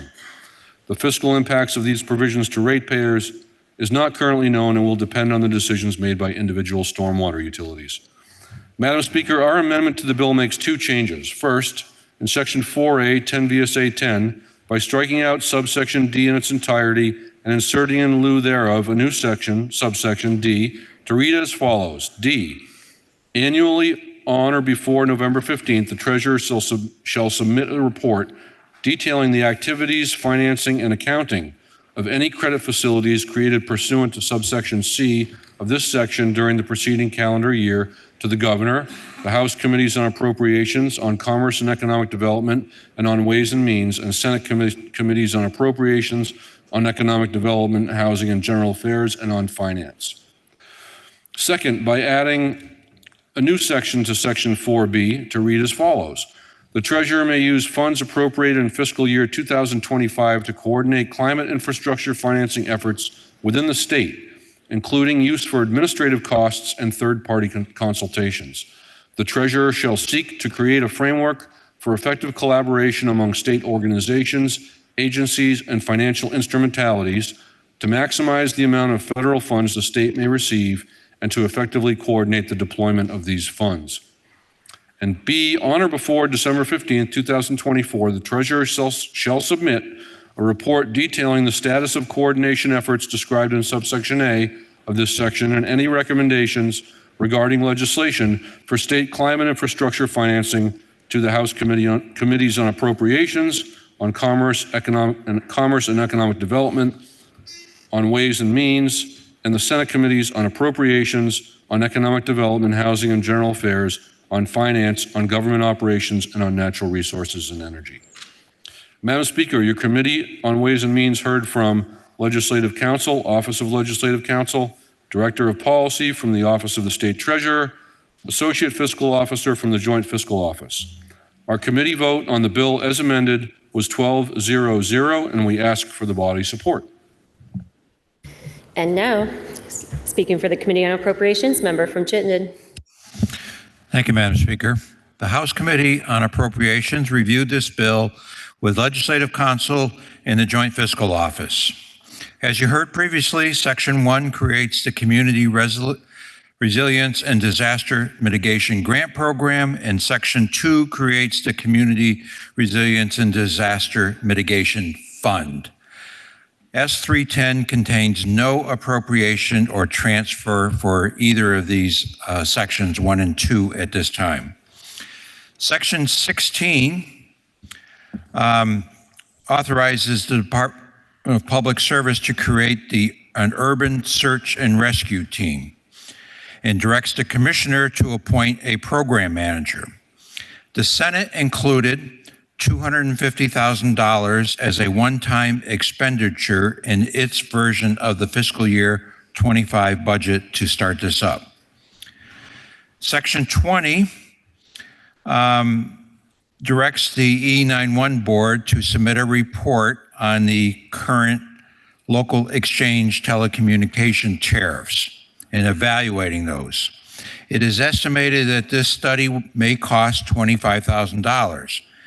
This money is not appropriated. However, in speaking to the director of the E91 board, it is expected that carry forward funds may be available to cover this cost. Section 21 requires the Vermont Emergency Management to ensure language assistance services are available for all state emergency communications. It is currently not known what the fiscal impact of this requirement will be, but it could represent a future budgetary concern for the Department of Public Safety. Section 32 adds one public member from the public works sector to the State Emergency Response Commission. This would represent a negligible cost to the Department of Public Safety and would depend on the actual meeting attendance and frequency of those meetings. While not in this bill, the Senate version of the fiscal year 25 budget includes funds 2 new positions in emergency management, in addition to the one that the governor recommended and is in the House budget to carry out work of this legislation. Our committee voted 10-0-2 in support of S310 as amended by the House Committee on Government Operations and Military Affairs and further amended by the House Committee on Ways and Means, and we ask for your support. Thank you.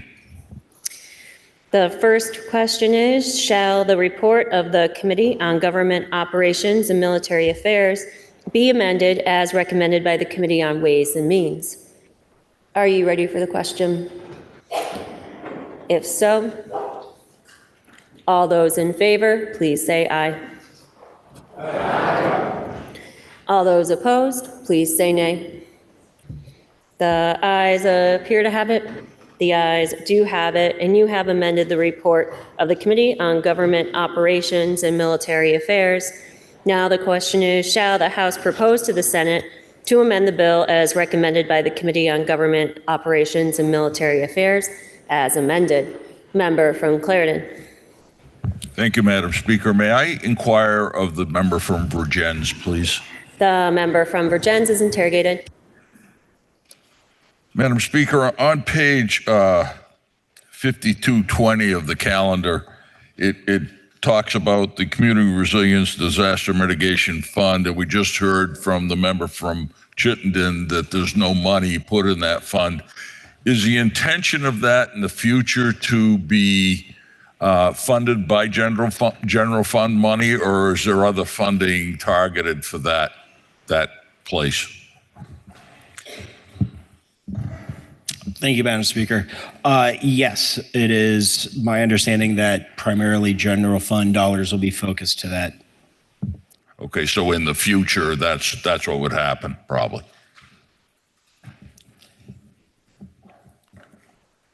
I have been part of conversations about some general fund dollars being available through the budget process. Okay, thank you, member. The question is, shall the House propose to the Senate to amend the bill as recommended by the Committee on Government Operations and Military Affairs as amended? Member from Berry City. Thank you, Madam Speaker. It gives me great pleasure to rise in support of S310. This really feels like the denouement of this Assembly's response to the summer's floods with 213 and the various budget bills, and now 310. There's so many good things in this bill, and in the interest of time and for the sake of brevity, I will limit my comments to just one piece. But within this bill, we bolster supports for public works personnel and water, wastewater, and stormwater personnel. I can attest that it was Berry's public works officers this summer who pulled people from their houses and from neck-deep water in bucket loaders during the summer storms. They are no less worthy of hero status than any other public safety profession in my eyes, and their voices must be heard in the state's planning and evaluation of emergency response efforts. This bill accomplishes that. There's so much more that I could go on about, rave about really. Better 211 management, improved E911 alerts, food security coordination, municipal mitigation grants, and so much more. It really feels like this legislature is listening to the needs of those communities that were so devastated this past summer. And I urge the body to vote yes in support of this bill. Thank you. The question is, shall the House propose to the Senate to amend the bill as recommended by the Committee on Government Operations and Military Affairs as amended? Are you ready for the question? If so, member from Waitsfield. Madam Speaker, I support this bill. Whether small-scale situations or climate-induced widespread natural disasters, emergencies are too often dynamic, unpredictable, devastating, and pose risk to public health and safety. S310 will help the state better prepare for, respond, recover, repair, and build its resilience statewide to future emergencies, including our most frequent natural disaster, flooding. The question is, shall the House propose to the Senate to amend the bill as recommended by the Committee on Government Operations and Military Affairs as amended? Are you ready for the question? If so, all those in favor, please say aye. Aye. All those opposed, please say nay. The ayes appear to have it. The ayes do have it, and you have proposed to the Senate to amend the bill. Now the question is, shall the bill be read a third time? Are you ready for that question? If so, all those in favor, please say aye. Aye. All those opposed, please say nay. The ayes appear to have it. The ayes do have it, and third reading is ordered. Members, just to give you an update on bill order, we're going to do, next is S55, followed by H72, followed by S204, followed by House Bill 882. Again, S55, H72, S204, and then H882. So now we'll take up Senate Bill 55, which is an act authorizing public bodies to meet electronically under Vermont's open meeting law. The bill was referred to the Committee on Government Operations and Military Affairs, which recommends that the House propose to the Senate to amend the bill as printed in today's calendar. The member from St. Albans City, Representative McCarthy, will speak for the committee, and then carrying an appropriation, the bill was referred to the Committee on Appropriations, which recommends that the bill ought to pass in concurrence with the proposal of amendment recommended by the Committee on Government Operations and Military Affairs. The member from Brattleboro, Representative Tolino, will speak for that committee. Please listen to the second reading of the bill. S55, an act relating to authorizing public bodies to meet electronically under Vermont's open meeting law. Member from St. Albans. Madam Speaker, members can find S55, an act relating to updating Vermont's open meeting law, on today's calendar on page 5272. Members may recall that last year's Act 1 extended pandemic-era open meeting law emergency provisions through July 1st, 2024, to give us time to consider the future of our public meetings. S55 establishes a framework for which meetings of state and local bodies should be held in person, fully remote, or in a hybrid fashion, depending on the type of body. As we considered this bill, we had debates about the importance of a physical location with all the benefits that in-person meetings bring. We discussed how much greater flexibility and access hybrid and electronic meetings have added, especially for those Vermonters with disabilities. The framework places all public bodies, from select boards and planning commissions at the local level up to bodies like the Public Utility Commission or the Green Mountain Care Board at the state level, into one of 4 buckets based on whether they are state or local bodies and whether they are advisory or non-advisory. Advisory bodies, those public bodies that do not control budgets or legislation directly, may continue to meet fully remotely if they choose, without a physical location. State non-advisory bodies are required to meet in hybrid fashion, having a physical location and electronic access. Local non-advisory bodies will be given greater flexibility than those at the state level in recognition of the limited resources in some of our towns. No doubt the evolving culture and technology are headed in the direction of all meetings, including an electronic or at a minimum telephone access at some point. I'll now walk through the sections of the bill. Section 1 is legislative intent, clearly stating our prioritization of both accessibility and transparency as we adopt new standards for the open meeting law and the operation of public bodies. Section 2 has our definitions. New definitions include advisory bodies, hybrid meeting, and a concept of undue hardship that relates to giving bodies some flexibility, which will appear later in the bill. Section 3 amends subsection 312 of the open meeting law in several ways. It allows advisory bodies to meet without a physical location. It requires state non-advisory bodies to meet in a hybrid fashion. It requires bodies meeting electronically or in hybrid fashion to designate and use a platform that allows access and direct participation of the public. Non-advisory bodies are required to record meetings and post those recordings for 30 days following posting of the minutes. We heard from the state archivists that they have already established a 1-year retention requirement for such recordings, and so this bill is silent on the retention period. A resident in a geographic area covered by the public body or a member of the press may request access to meetings of the public body, either by requesting a physical location designated or an electronic or telephone access be given for regular meetings of the body. This does not apply to emergency or field site visit type of meetings, just regular meetings of those public bodies. The public body shall grant such a request for access unless there is an all hazards event or a state of emergency, or there's a declaration of a local incident, which I'll talk about shortly, or compliance, and this is really key for some of those small bodies in small towns. Compliance would impose an undue hardship as previously defined due to the cost, the small size of the body, or insufficient staff. Section 4 allows state non-advisory bodies until January 1st, 2025 to meet the physical location requirement.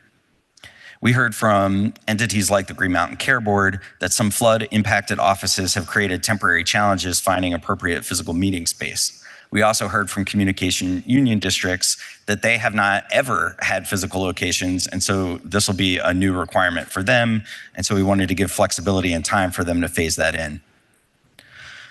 Section 5 requires annual training in the open meeting law for chairs of municipal legislative bodies, town managers, and mayors, as well as the chairs and leaders of state non-advisory bodies.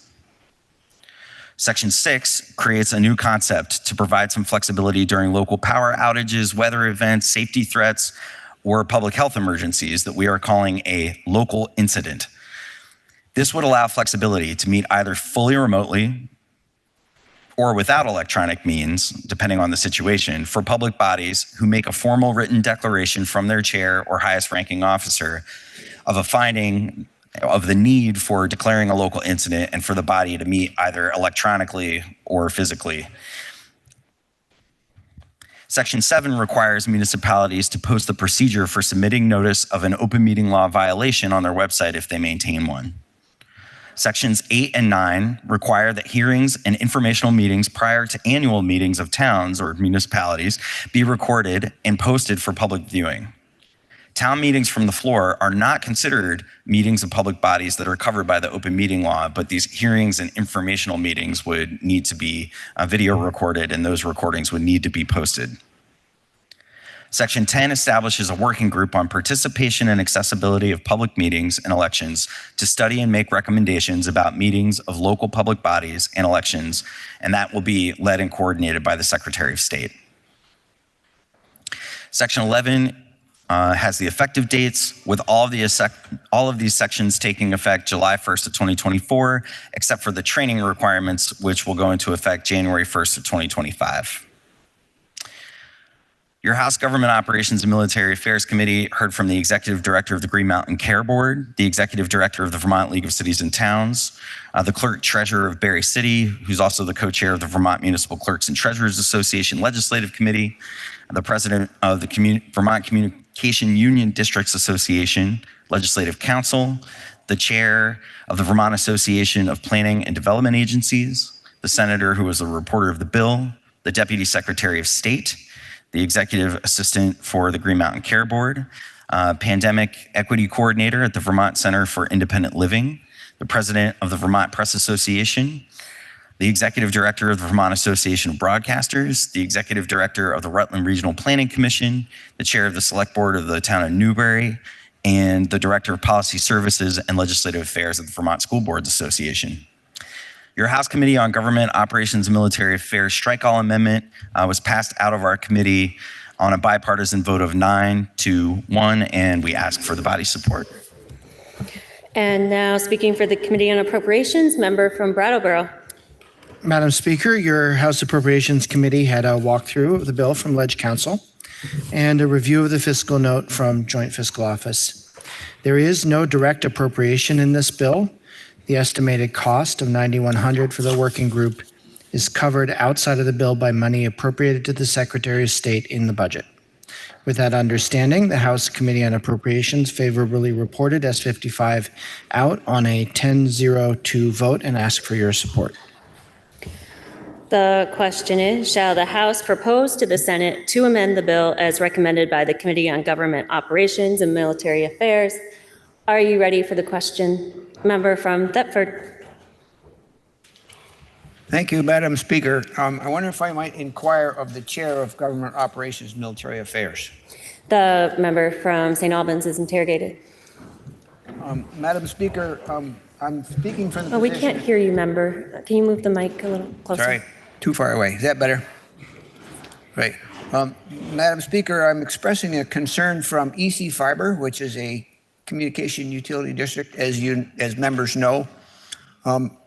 In recent conversation with the chair of GovOps, I think we may have resolved the issue, but I want to clarify certain things. EC Fiber, as many members know, as the member from GovOps certainly knows, is comprised of 31 towns now, I think. It's a very far-flung, large district, and designating a physical location for a meeting is potentially problematic because, particularly in the winter, we're so scattered. To try to find a physical location that works for meetings could be problematic. I think I understand, and I'm asking the member from the chair of GovOps whether or not that the physical location for meetings has to be the same place every monthly meeting, or whether it could vary from place to place depending on the circumstances. So I think to best answer the member's question, it's important to note that communication union districts are a little bit unique in that they have entirely existed as a non-advisory body, as we define it here, in the time that we've had emergency provisions allowing public bodies to meet completely remotely without a physical location. So in 1 VSA 312, which much of this bill amends, there's actually existing statute that we're going back to when Act 1 expires on July 1st that will require there be one designated physical location for public bodies, and that at least one staff member or one member of that public body be present at that physical location. So for instance, for a multi-town union district, or, I think of like the Northeast Kingdom Waste Management District, which has many, many members from different towns. A lot of those bigger bodies are already meeting in a hybrid fashion.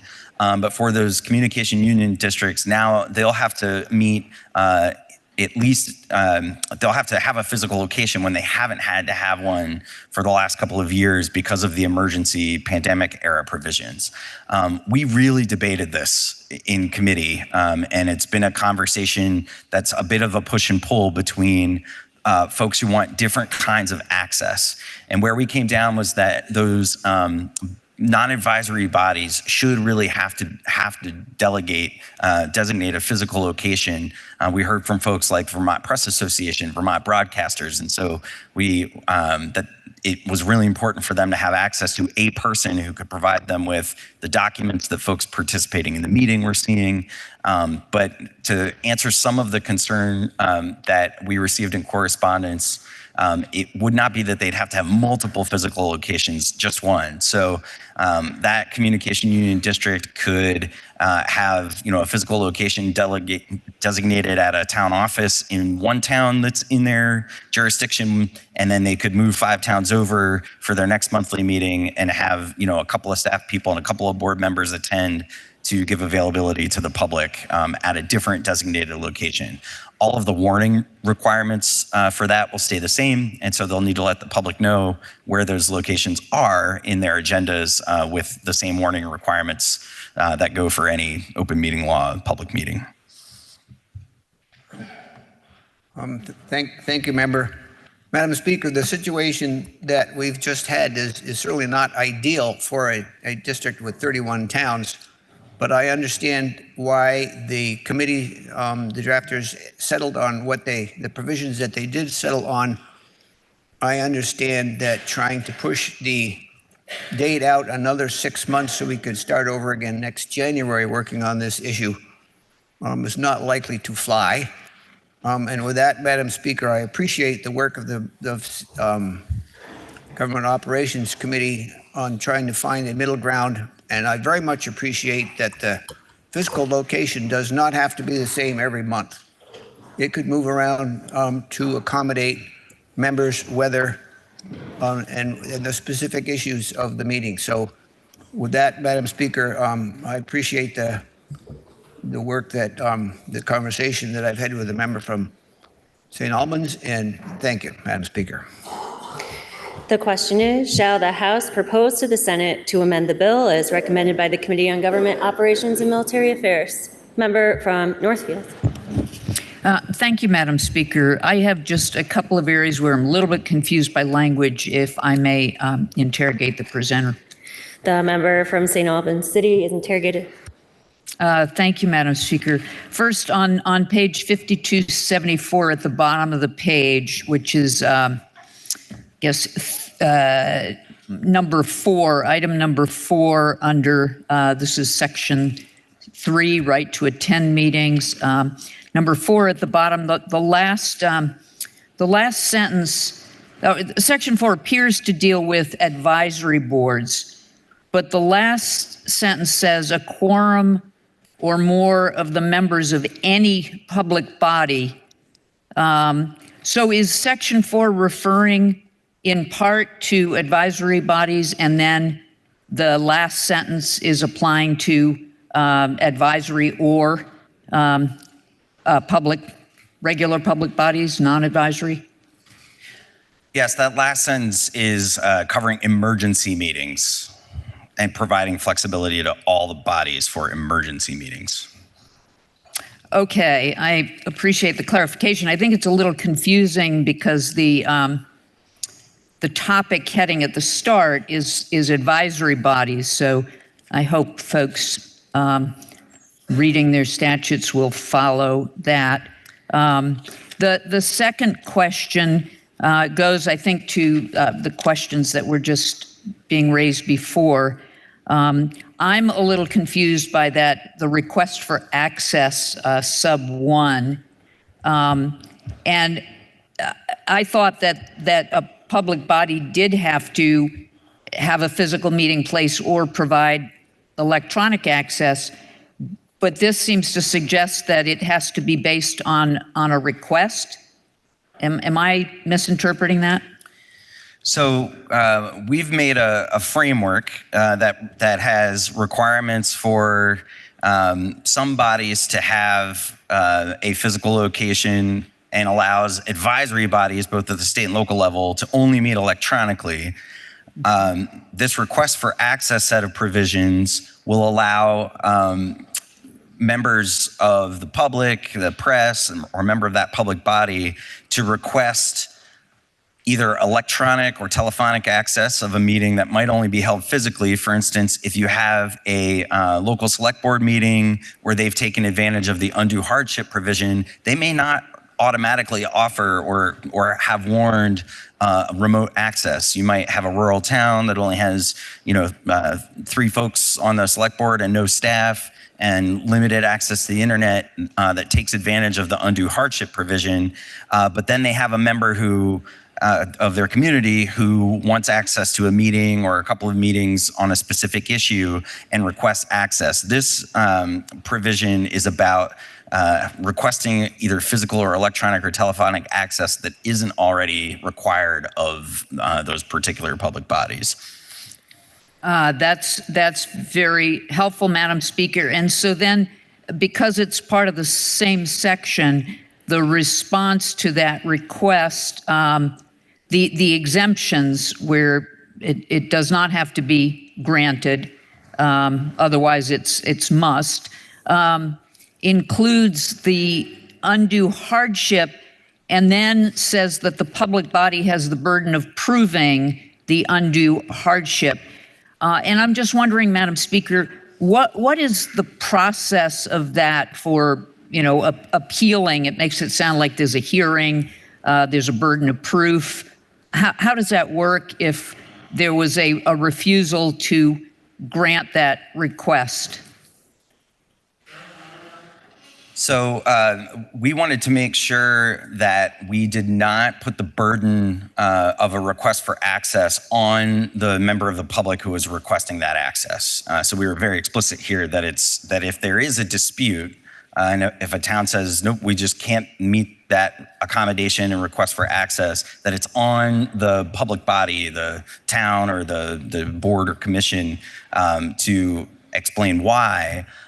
If somebody in that circumstance who'd been denied their request did take that to court, this makes it clear that it's our intent that the burden be on the body. So the route for someone who's denied is that they would have to go to court?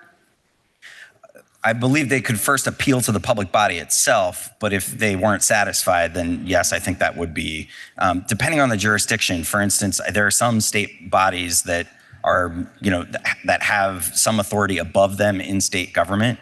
Given the broad applicability of these open meeting law provisions, there may be somebody to appeal to other than the public body itself or the court, but it would really depend on which body. Madam Speaker, I thank the member for those clarifications. Madam Speaker, I am a little bit concerned about that process, and the definition of undue hardship is pretty broad in the sense that it has terms like a significant difficulty or sufficient staff. Those are really those are words that can really be broadly subject to interpretation. So a board may feel they can prove that. An individual can feel that those are not valid excuses for providing the access they're looking for.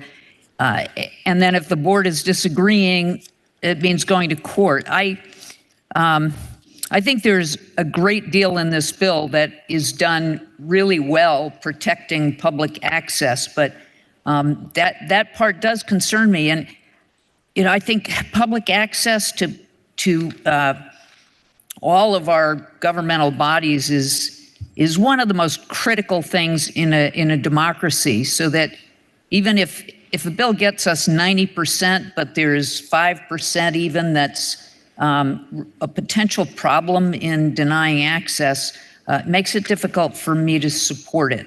It's just such a critical part of our democracy. Thank you, Madam Speaker. Member from St. Albans City.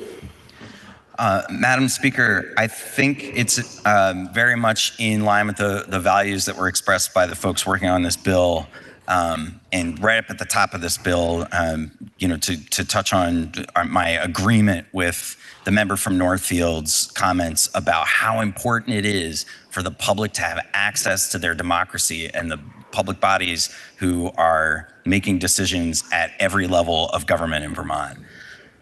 This request for access provision recognizes the messy place that we are in right now, where we're trying to have a very broadly applicable open meeting law, but without requiring some of our public bodies in the more rural places where we haven't gotten the fiber to them and we haven't created the kinds of norms about electronic access yet, to have some flexibility. But what the request for access provision does is it says the default really is that if somebody asks for this, you're going to provide it, unless you can really prove that it's a hardship. But your public body still needs to have an accessible physical location, for instance, or if it's an advisory body, it has to have an electronic access that is really available for people and allows them to have full participation in the meeting and is worn properly. So everything about this bill is designed to provide the most access that is practicable and reasonable for the different public bodies at different levels of serving people in Vermont, and wholeheartedly agree that it's got to be our #1 priority to maintain access to our democratic process. The question is, shall the House propose to the Senate to amend the bill as recommended by the Committee on Government Operations and Military Affairs? Member from Clarendon. Thank you, Madam Speaker. May I interrogate the presenter of the bill, please? The member from St. Albans City is interrogated.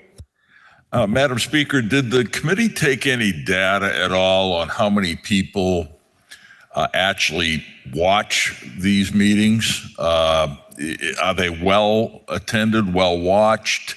Do we have that data? Was it something the committee talked about? We did take lots of testimony about how many more people are able to participate in public meetings. We didn't talk about the specific numbers for every public body, but overwhelmingly, almost universally, the folks who talked about participation in the era of having access electronically through Zoom or Teams or other electronic platforms has been that more people can access. And I think it's especially important to note that it gives members of the press the ability to report on and see meetings when those recordings are posted. And it gives folks who are seniors or with disabilities or working Vermonters who didn't have the time to attend a meeting the ability to actually see what their public officials are doing in a way that's much more expansive than we had even just a few years ago, before it was so normal for public bodies to record and have electronic access to meetings. So don't have very, very specific data, but there was almost universal testimony about how much more people are getting involved in especially their local meetings. So you're saying that select board meetings that are broadcast, there's a general feeling that access is greater due to the recording of those?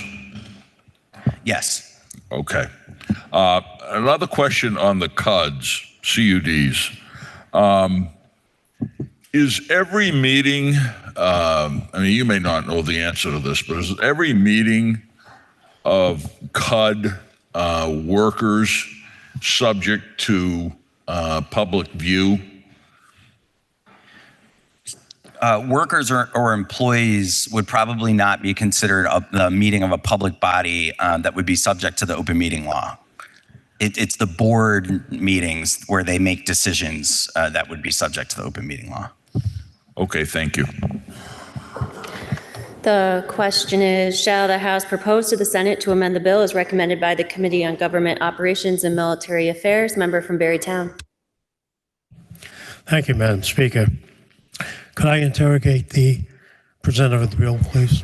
Member from St. Albans City is interrogated. Madam Speaker, on page 5274, under section D3, it talks about requirements that boards have to keep when they're having meetings. One of those requirements is to electronically record all their meetings. I'm wondering why the Human Services Board has been exempted from that.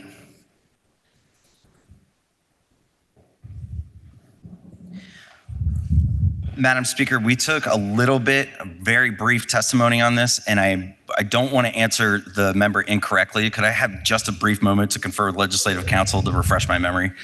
The House will stand at ease for a moment.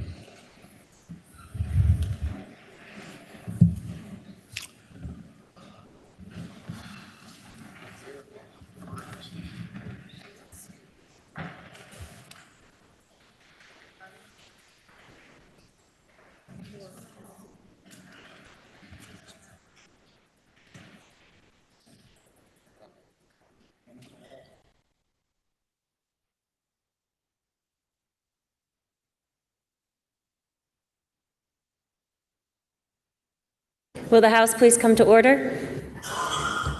Will the House please come to order? Member from St. Albans City. Madam Speaker, we're speculating right now and trying to jog our memory. We did have a switch in who was helping us cover this bill. I believe it's because that board so often has to take privileged information and also talks and also has HIPAA compliance that the agency's elected into, which the member may know more about than I do. But I wonder if I could get a more specific answer for the member prior to third reading. I would appreciate it because I think that's all the more reason why the Human Services Board should record its meetings because of the content that takes place in those board meetings. Even if they don't share it with anybody, except maybe the person who's got a complaint or something somewhere, Madam Speaker, I think that board should record its meetings. Thank you. The question is, shall the House propose to the Senate to amend the bill as recommended by the Committee on Government Operations and Military Affairs? Are you ready for the question? If so, all those in favor, please say aye. Aye. All those opposed, please say nay. The ayes appear to have it. The ayes do have it, and you have proposed to the Senate to amend the bill. Now the question is, shall the bill be read a third time? Are you ready for that question? If so, all those in favor, please say aye. Aye. All those opposed, please say nay. The ayes appear to have it. The ayes do have it, and third reading is ordered. Next, we'll take up House Bill 72, which is an act relating to harm reduction, criminal justice response to drug use. Member from Waterbury. Madam Speaker, I move that we postpone action on H72 for one legislative day. The member from Waterbury moves that we postpone action on House Bill 72 for one legislative day. Are you ready for the question? If so, all those in favor, please say aye. Aye. All those opposed, please say nay. The ayes appear to have it. The ayes do have it, and you have postponed action on House Bill 72 for one legislative day. Members, just to give you a quick review of the bill order, next will be S204, followed by House Bill 882, followed by Senate Bill 209. So next is House Bill 204, which is an act relating to supporting Vermont's young readers through evidence-based literacy instruction. The bill is referred to the Committee on Education, which recommends that the House propose to the Senate to amend the bill as printed in today's calendar. The member from Williston, Representative Brady, will speak for the committee. And then carrying an appropriation, the bill was referred to the Committee on Appropriations, which recommends that the bill ought to pass in concurrence with the proposal of amendment recommended by the Committee on Education. The member from Calais, Representative Mahaly, will speak for that committee. Please listen to the second reading of the bill.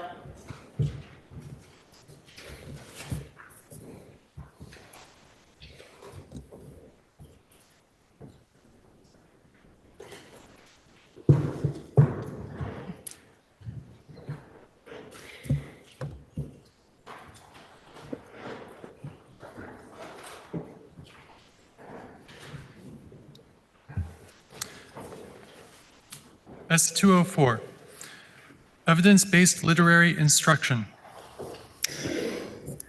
Member from Williston. Thank you, Madam Speaker. S204 can be found on page 5338 of today's calendar. S204 is a continuation of the work of Act 28 of 2021 and the work of the Advisory Council on Literacy. Act 28 established funds for statewide literacy work and an advisory council on literacy to advise the Agency of Education, the State Board of Education, and the General Assembly. The council's role is to advise on how to improve and sustain literacy achievement for all students. Each member of the council has a role and expertise that supports the collective recommendations, and recommendations are developed using a consensus model reviewed for alignment with current state requirements and based on evidence-based instructional practices. The goal of this bill is to enact several of the recommendations of the council in order to increase literacy achievement in grades K through 3. I will now walk through the bill. Section 1 is simply findings. Section 2, assessment and intervention. Subsection A requires the Agency of Education to review and publish guidance on universal reading screeners that are valid measures of the core components of literacy. You'll hear me list these 5 several times. Those are phonemic awareness, phonics, fluency, vocabulary, and comprehension. And requires AOE to provide guidance on leveraging the use of assessments in order to minimize the number of times students are assessed. Subsection B requires all public and approved independent schools eligible to receive public tuition screen all students at least annually in grades K through 3 according to the best practices of the screener used. Subsection C, if a student is significantly below a screener's benchmark, the school must notify the parent or guardian within 30 calendar days. Subsection D says that schools should use evidence-based reading instructional practices that are explicit, systematic, and consistent with state and federal guidance, again, based on those foundational components of literacy: phonemic awareness, phonics, fluency, vocabulary, and comprehension. Section E requires all public and approved independent schools eligible to receive public tuition to report to the Agency of Education on the number of students K through 3 that are below proficiency on local and statewide assessments, the reading screeners being used, and further requires AOE to make recommendations on how to disaggregate their reading screener data based on poverty, special education status, and other categories deemed relevant to improving our literacy outcomes. Finally, Section F within this section, subsection F, again has the AOE requiring issuing a written report to the governor and the House and Senate committees on education on the status of progress in literacy learning. Section 3 of the bill is parental notification, requiring that by November 1 of 2024, the AOE must make recommendations for the parental and guardian notification requirements that I just referenced above. Section 4 is a report on the screeners used, so that on or before January 15th of 2025, AOE must submit a report to the House and Senate committees on education on the screeners used under this bill. Section 5 pertains to the core reading instruction in schools. Subsection A is a statement of policy about the importance, again, of systematic and explicit evidence-based reading instruction in the early grades from a teacher that is skilled in the components of literacy, the 5 I named previously, and in schools are providing supplemental instruction for students who need it. Subsection B requires the Agency of Education, the State Board, the Agency of Human Services, higher education, and literacy organizations in the state to continue to update and publish a comprehensive plan for literacy, as has been in place since 1998. And the literacy plan will apply to all public schools and approved independent schools eligible to receive public tuition. Subsections C and D require reading instruction and supplemental instruction, again, that is systematic and explicit evidence-based instruction. Section 6 of the bill is an effective date specific to approved independent schools eligible to receive public tuition, that they would have to comply with Section 5 that I just read above by July 1 of 2025. This is a longer runway than public schools on this section of the bill, which I will touch on in the final effective dates at the end of the bill.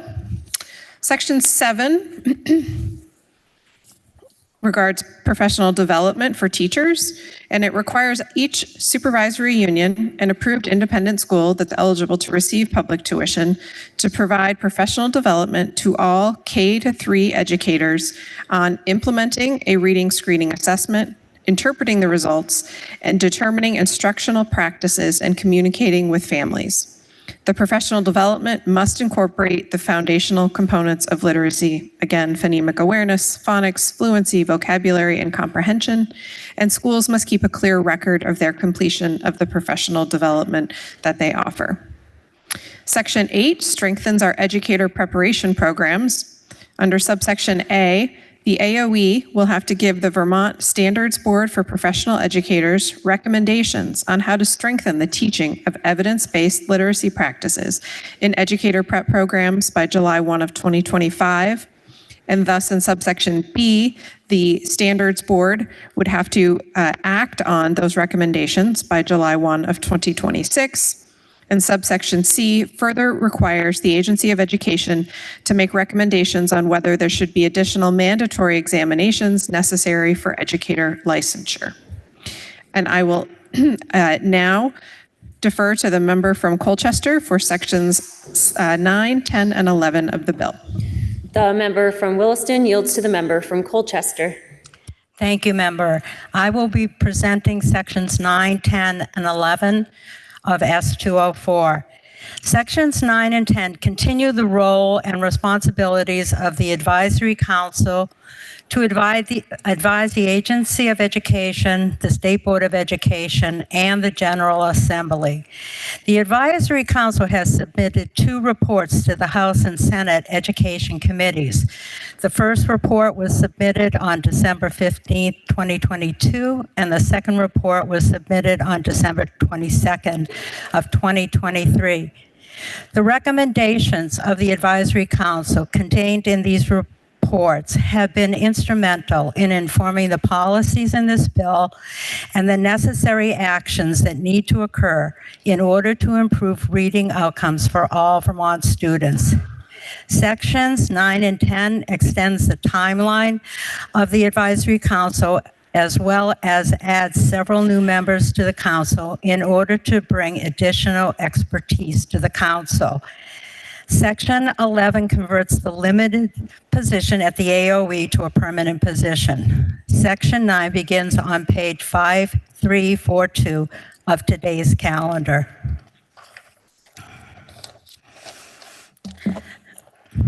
The council shall be composed of the following members who shall serve as ex officio members: the Secretary of Education or designee, the member of the Standards Board for Professional Educators and is appointed by the Standards Board, the Executive Director of the Vermont Superintendents Association or designee, the Executive Director of the Vermont School Boards Association or designee, the Executive Director of the Vermont Council of Special Education Administrators or designee, the Executive Director of the Vermont Principals Association or designee, and the Executive Director of the Vermont Independent Schools or designee, the Executive Director of the Vermont NEA or designee, and the State Librarian or designee, and the Executive Director of the Vermont Curriculum Leaders Association. The following members will serve 2-year terms. 3 teachers appointed by the Vermont National Education Association who teach literacy, 1 whom shall be a special education literacy teacher, and 2 of whom shall teach literacy to students in pre-K through grade 3. 3 community members who have struggled with literacy, 1 member appointed by the Agency of Education who has expertise in working with students with dyslexia, and 2 faculty members of approved educator preparation programs located in Vermont, 1 of whom shall be employed by a private college or university appointed by the Agency of Education in consultation with the Association of Vermont Independent Colleges, and 1 of whom shall be employed by a public college or university appointed by the Agency of Education in consultation with UVM and the Vermont State College corporations. Okay.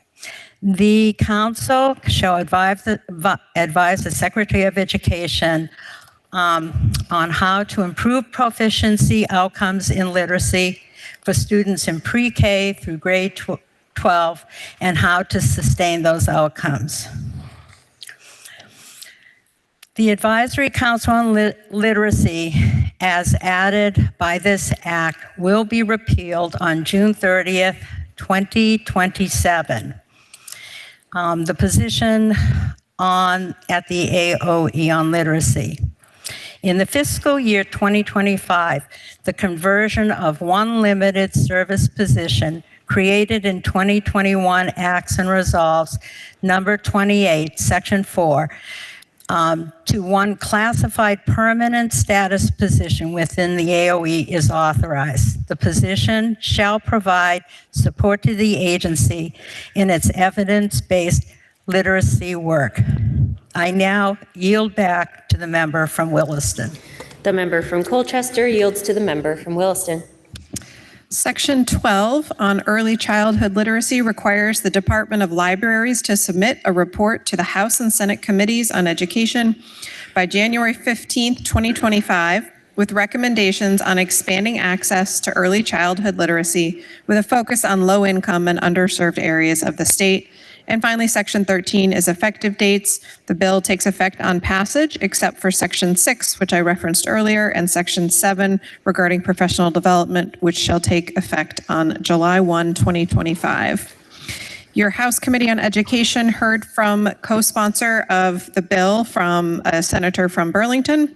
We heard from Legislative Counsel and the Office of Legislative Counsel, the Deputy Secretary, the Agency of Education, the Executive Director of the Vermont National Education Association, the Associate Executive Director from the Vermont Superintendents Association, the Chair of the Advisory Council on Literacy, the former Chair of the Act 173 Advisory Group and current Superintendent of Washington Central Unified District, the Director of Lighthouse Evaluation, a school psychologist in Essex, and a legislative page from our General Assembly. Your House Committee on Education voted 11-0-1 in support of the bill and hope to have the body's support. And now speaking for the Committee on Appropriations, member from Calais. Madam Speaker, your House Committee on Appropriations heard the bill. We heard from JFO and from representative from Legislative Counsel. This bill implicates the funds of the state in 2 ways. There's a de minimis but important effect of per diems to support the Advisory Council on Literacy. There is also 1 limited service position, which is reclassified to a permanent position to support the Agency of Education in its evidence-based literacy work. And that position is in the Senate version of the budget and also in the current version of the evolving but now current position of the budget being considered. Your committee voted in favor of this bill by a vote of 10-0-2 and recommends that it pass. The question is, shall the House propose to the Senate to amend the bill as recommended by the Committee on Education? Member from Woodstock. Thank you, Madam Speaker. I rise in strong support of S204. Whole language has dominated the publishing industry for the last 40 years, and teachers loved this idea, but it has been frustrating to not see the results. It was discovered in the last few years that the method was not actually evidence-based. So for the last 20 years, science has entered the field and has been studying the brain and how it responds to the explicit instruction of evidence-based approaches to teaching reading, specifically those following science. When they are used, they are successful up to 90%. My kid went through learning how to read during COVID and experienced strong defiant behavior. All through first grade, she received intervention 45 minutes a day, and there was no move of the needle. She still was reading at a kindergarten level at the end of first grade. There were 8 other students that were also experiencing this same struggle, and we all thought it was COVID. Only about half of our kids were tested, and my child was the only one that was discovered to be dyslexic. But halfway through the second grade, we learned that there was a teacher in our school that knew evidence-based and science-based practices in teaching reading. And in 8 weeks, my child went from the middle of kindergarten to the end of first grade level in reading. And the other kids skyrocketed as well. Her defiant behavior subsided tremendously, and both of those were big stress reducers for this mom. Today, there's only one kid in that whole group that receives one-on-one. All the rest are in group intervention. And I have heard many stories like this throughout the state.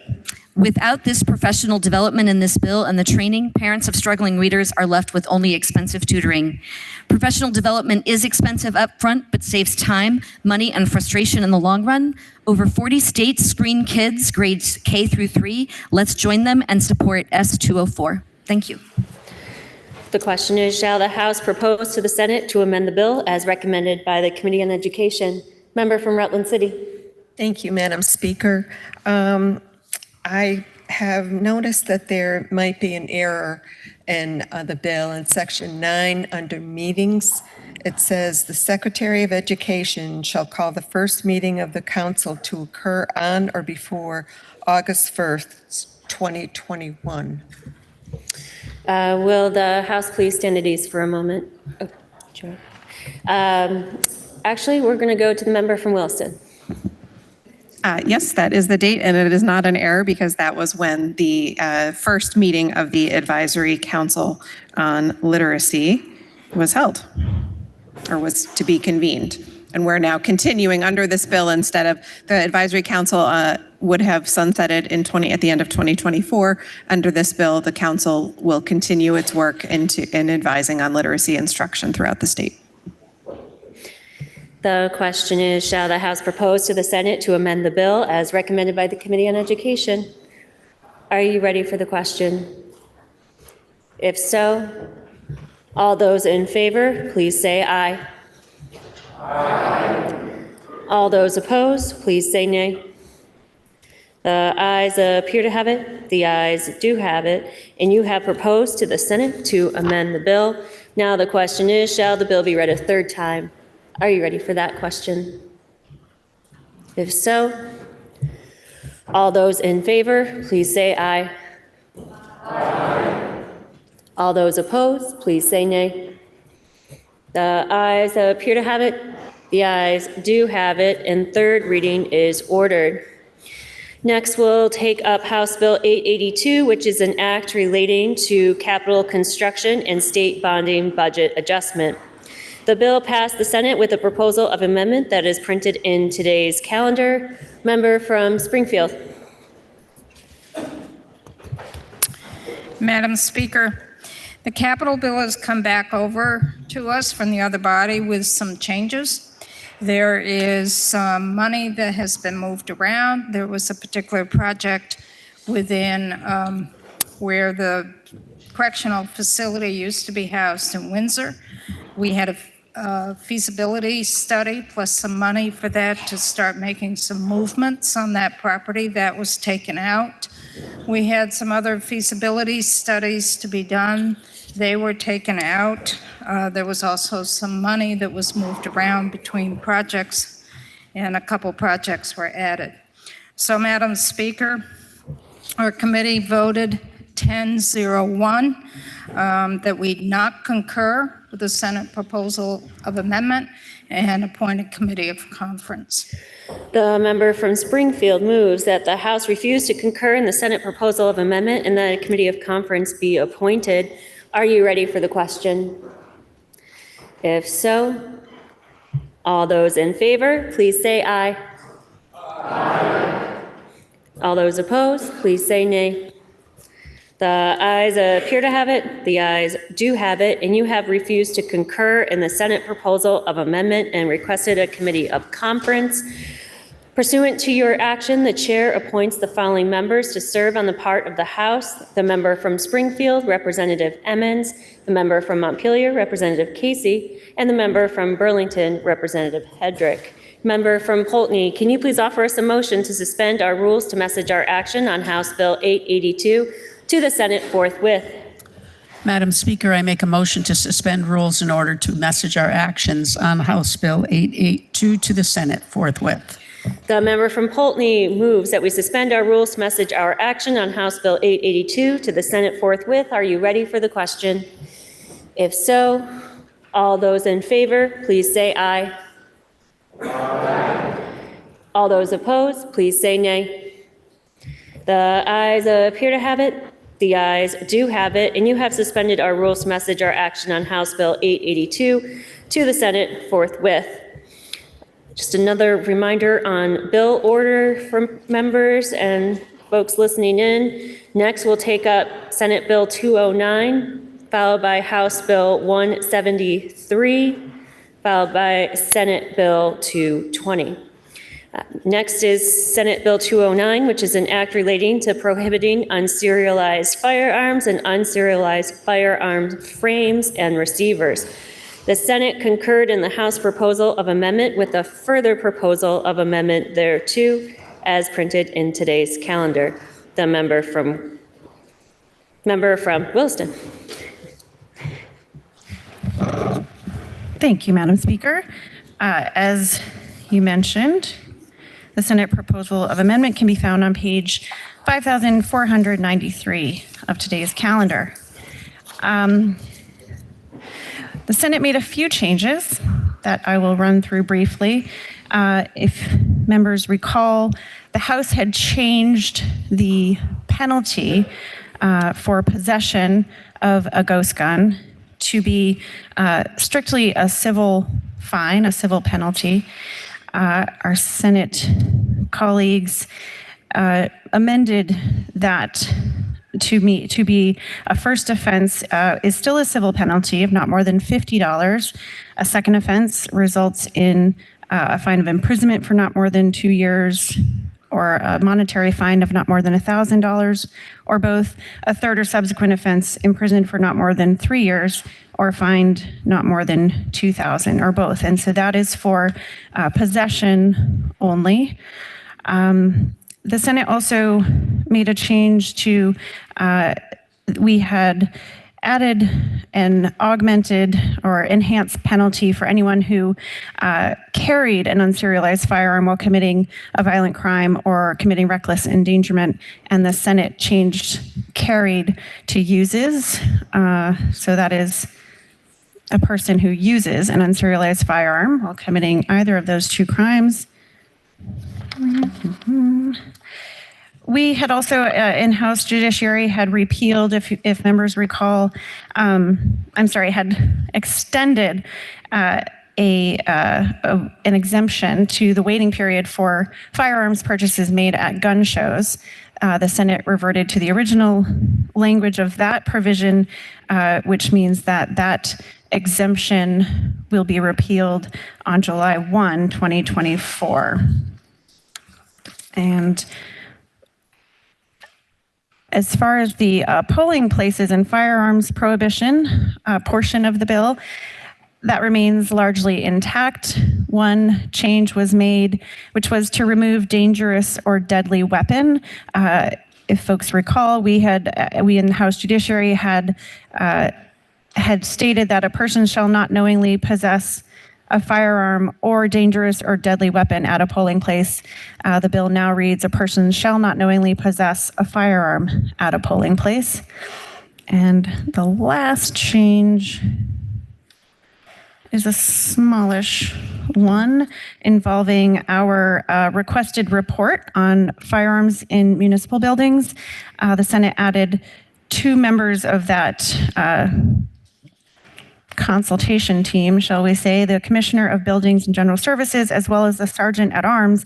And the reason they added those 2 members is because they've also added a look at state government buildings. So the question is, should firearms, I shouldn't say the question is, that feels like your job. So the question in the bill would be, should firearms be prohibited in certain buildings, and they've added state government buildings in addition to what the House Judiciary Committee had stated about municipal buildings.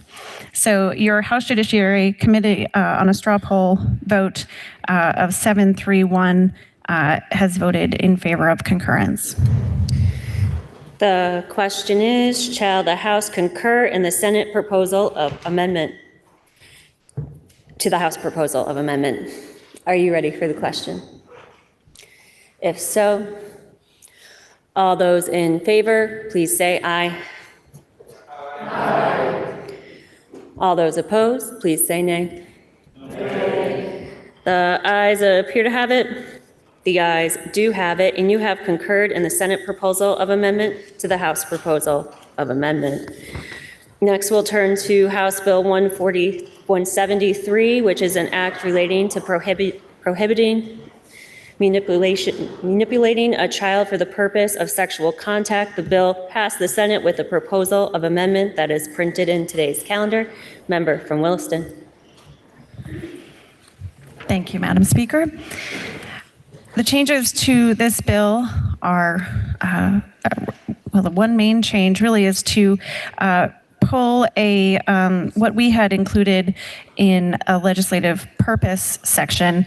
The Senate moved that into a legislative finding, and that was, as you can see, some data about child sexual abuse in our country. They also removed one provision or component of our intent section, which referred to, really kind of provided the reasoning behind naming this bill and naming the offense, manipulating a child rather than grooming a child. House Judiciary had included some information about the misuse or weaponization of the term grooming against members of the LGBTQ+ community, and Senate Judiciary took that piece out. But those are the primary differences. And on a straw poll, our committee voted 10-0-1 to concur. The question is, shall the House concur in the Senate proposal of amendment? Are you ready for the question? If so, all those in favor, please say aye. Aye. All those opposed, please say nay. The ayes appear to have it. The ayes do have it, and you have concurred in the Senate proposal of amendment. Members, now we will turn to Senate Bill 220, which is an act relating to Vermont's public libraries. The bill was referred to the Committee on Government Operations and Military Affairs, which recommends that the House propose to the Senate to amend the bill as printed in today's calendar. The member from Putney, Representative Morwicki, will speak for the committee. Please listen to the second reading of the bill. S220, an act relating to Vermont's public libraries. Member from Putney.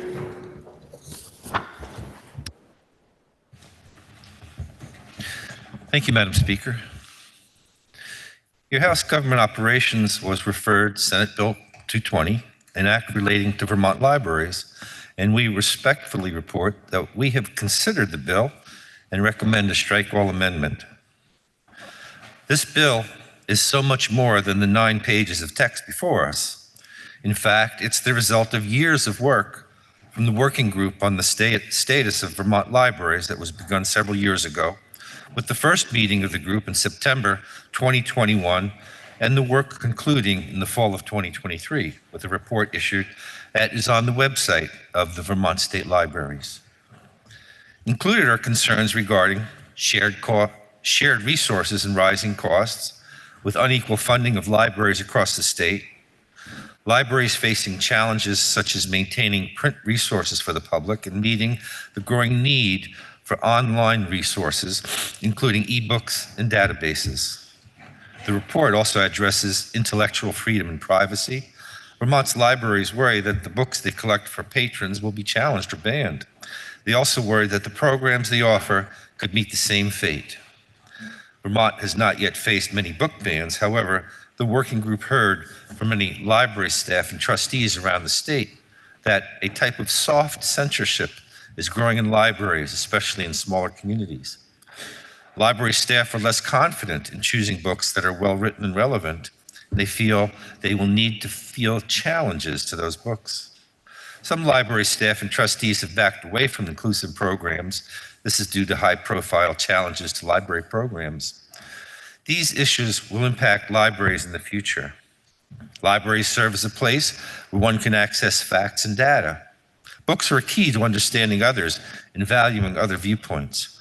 Books help us find shared values with others who may seem different from ourselves. And books help us to understand our differences in a way that can help us build an inclusive, democratic society. Library staff do carry an optimism for the future, and they also foster hope to improve accessibility and inclusivity of their collections and the services they provide. Based on the research of the working group and public input, the Senate and now the House have taken those suggestions into considerations that are now to be found in the text of the bill.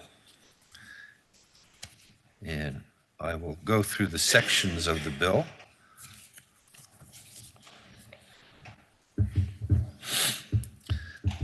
Section 1 is amended to read Public Libraries Statement of Policy, Use of Facilities and Resources. That's to ensure that Vermont libraries protect and promote the principles of free speech, inquiry, discovery, and public accommodations. It is necessary that the trustees, managers, or directors of free public libraries adopt policies that comply with the First Amendment of the U.S. Constitution and state and federal civil rights and anti-discrimination laws.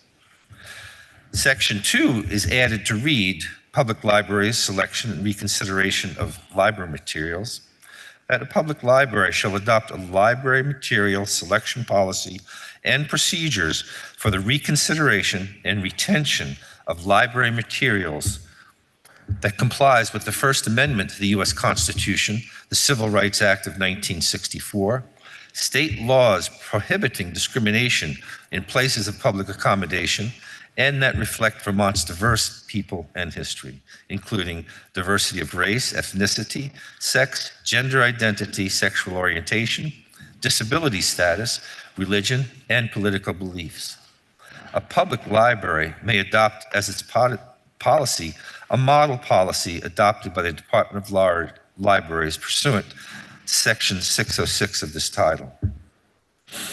Section 3, confidentiality of library records for minors, is amended to read, unless authorized by other provisions of law, the library's offices, employees, and volunteers shall not disclose the records except to custodial parents or guardians of patrons under 12 years of age. Section 4, public safety. Criminal threatening. A person who violates subsection of this section by making a threat that places any person in reasonable apprehension that death, serious bodily injury, or sexual assault will occur at a public or independent school, post-secondary education institution, public library, place of worship, polling place during election activities, the Vermont State House, or any federal, state, or municipal building shall be imprisoned not more than 2 years or fined not more than $2,000 or both. Section 5 looks at library governance and provides advice for adopting bylaws and policies governing the operation of libraries, to establish a library budget, hold regular meetings, and ensure compliance with the terms of any funding, grants, or bequests. Section 6 is amended to read regarding trustees. The change that we added was to when trustees are first chosen, they shall be elected or appointed for staggered terms. Later on in this section, we added that a library director shall be under the supervision and control of the Library Board of Trustees unless the employee relationship is otherwise specified in the municipality's charter or by written agreement between the legislative body of the municipality and the trustees. Section 7, regarding the Department of Libraries, is amended to read, the department, in addition to the functions specified in Section 605 of this title, shall provide a continuing education program for a certificate in public librarianship. The department shall conduct seminars, workshops, and other programs to increase the professional competence of libraries in the state. Later adds that they may develop and adopt model policies for free public libraries concerning displays, meeting room use, patron behavior, internet use, library material selections, and other relevant topics, as well as procedures for the reconsideration and retention of library materials. To ensure compliance with the First Amendment to the U.S. Constitution, the Civil Rights Act of 1964, and Vermont laws prohibiting discrimination in places of public accommodation. They shall adopt a material selection policy and procedures for reconsideration and retention that reflect Vermont's diverse people and history, including diversity of race, ethnicity, sex, gender identity, sexual orientation, disability status, religion, and political beliefs. Section 7A, school library material selection. Section 1624 reads on school library material selection policy. Each school board and each approved independent school shall develop, adopt, ensure the enforcement of, and make available in the manner described under subdivision 563(1) of this title, a library material selection policy and procedures for the reconsideration and retention of materials. In order to ensure students' First Amendment rights are protected and all students' identities are affirmed and dignity respected, the policy and procedure required under subsection A of this section shall prohibit the removal of library materials for the following reasons: partisan approval or disapproval, the author's race, nationality, gender identity, sexual orientation, political views, or religious views, school board members or members of the public's discomfort, personal morality, political views, or religious views, the author's point of view concerning the problems and issues of our time, whether international, national, or local, the race, nationality, gender identity, sexual orientation, political views, or religious views of the protagonist or other characters, or content related to sexual health that addresses physical, mental, emotional, or social dimensions of human sexuality, including puberty, sex, and relationships. The policy and procedures required under subsection A of this shall ensure that school library staff are responsible for curating and developing collections that provide students with access to a wide array of materials that are relevant to students' research, independent reading interests, and educational needs, as well as ensuring such materials are tailored to the cognitive and emotional levels of the children served by the school. The effective dates in Section 8, Sections 2 and 7A shall take effect on July 1, 2025.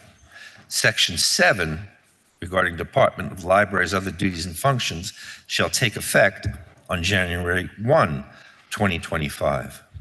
This section and all other sections of this act then shall take effect on July 1, 2024. Madam Speaker, we took extensive testimony on this, which included testimony from the Vice President of the Vermont Library Association, our state librarian, a parent from Danville, the senator who reported the bill, the executive director of the Vermont Humanities, a policy analyst from the Vermont Family Alliance, legislative counsel from our Office of Leg Counsel, and the president of the Vermont Library Association. Madam Speaker, our vote was 8-3-1, and your Committee on Government Operations and Military Affairs requests that we support the work of this committee in our strike goal amendment. The question is, shall the House propose to the Senate to amend the bill as recommended by the Committee on Government Operations and Military Affairs? Are you ready for the question? Member from Pittsfield. Ford, Madam Speaker. Madam Speaker, just a clarifying question for the presenter of the bill, if I may. The member from Putney is interrogated. Madam Speaker, I have taken the opportunity to kind of read the statutes on libraries, which I've never had before, so thank you for that. But my question rolls around the public library in my town is owned by a group or a private association, which comes under the definition of a public library. And then I was reading the legislation, and we talk about like election of trustees and so on and so forth. It talks about a municipality duty when a municipality owns the library. And I was wondering, is there any such provisions for private and or corporate libraries to follow about electing trustees and so on and so forth?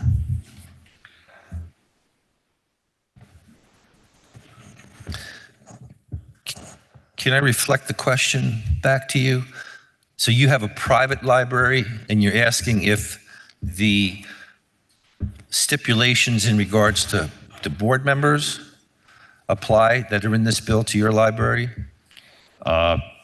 Yes, Madam Speaker, that's basically the question. We have it falls under the private association, corporation, or a group to provide basic library services free of charge. And I was wondering if, and it appears to me that a section in the bill and under Section 6 in the bill speaks to a municipal library. And I'm just curious if there was a like provision speaking to those 3 or 4 different types of libraries that I just described, or are they on their own to set up their own governance? Madam Speaker, if I could consult with Leg Counsel just for a minute over this. The House will stand in recess until the fall of the gavel, approximately 2 minutes.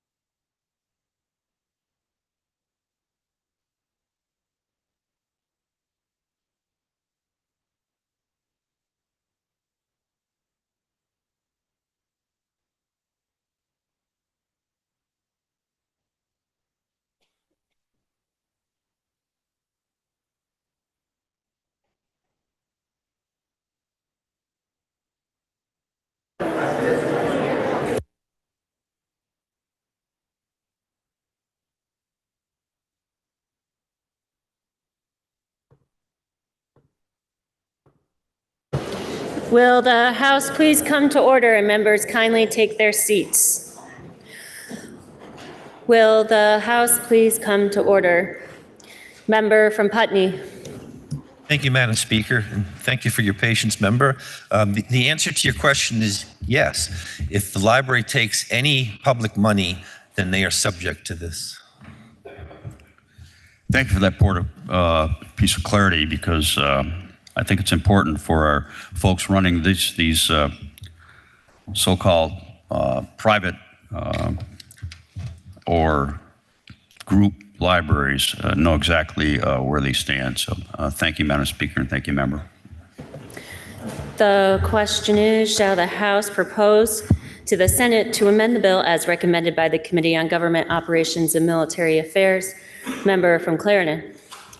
Thank you, Madam Speaker. May I question the presenter of the bill? The member from Putney is interrogated.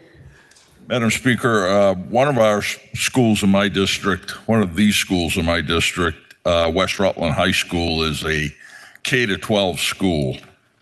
I have not been in the library there, but it would concern me that books available to a 12th grader are also available to a kindergartner or a first grader. I don't know if that's the case, but I'm wondering, in cases like that, I see the last sentence on page 5214, tailored to the cognitive and emotional levels of the children served by the school, but I get concerned that materials that are not supposed to be in front of the eyes of a young child are going to happen. And what discussion of any kind might you have had on cases like that? Madam Speaker, I can share my own experience working with children and being in libraries with a pre-K through 8. And the staff that are with children are aware of the situations that you might be suggesting here. And in my experience, efforts are taken to make sure that inappropriate material is not available to children based on their ages. And usually there are sections in the library for different age groups. And our librarians are trained to make sure that materials are available at in an age-appropriate manner. Okay, Madam Speaker, was there any discussion about, in cases like this, maybe breaking up the library into sections so that we can be assured that this doesn't happen? Madam Speaker, I don't recall that specific question came up, but I can again share from my own experience that is the case, and that in school libraries that librarians have, at least in the library in our town, libraries are not that spacious that children and the adults with them won't be aware of where they are or what they're looking at. Okay. Madam Speaker, did discussion in the committee center at all around the educational value of anything to do with sexual orientation? I don't see where that has anything to do with the child's education. To me, that's a parent and a child determining and educating on that subject. Did that come up in committee at all, as what educational value is when it comes to school libraries?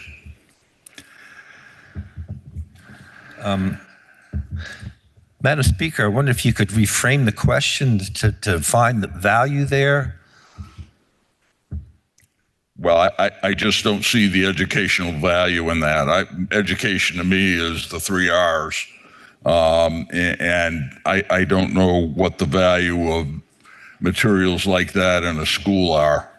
I guess I'm just want to see if any discussion was had on that in committee.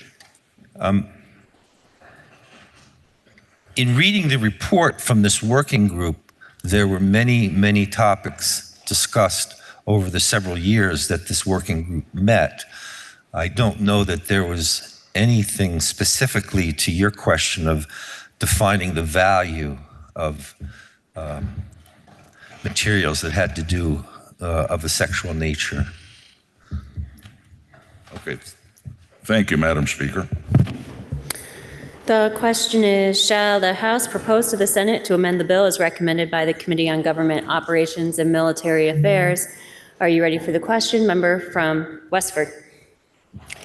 Madam Speaker, many years ago when my child was in 5th grade at the age of 11, it came to my attention, not through her, that she was going to her first middle school dance with another girl.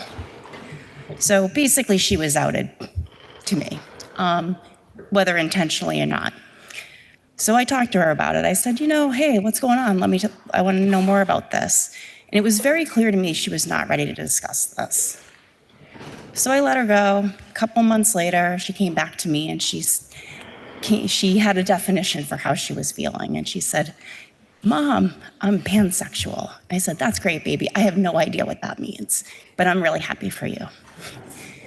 And I rise to tell that story. It's kind of personal and cute and whatever, but I rise to tell that story because there is a lot of information out in the world that not every parent has at their fingertips.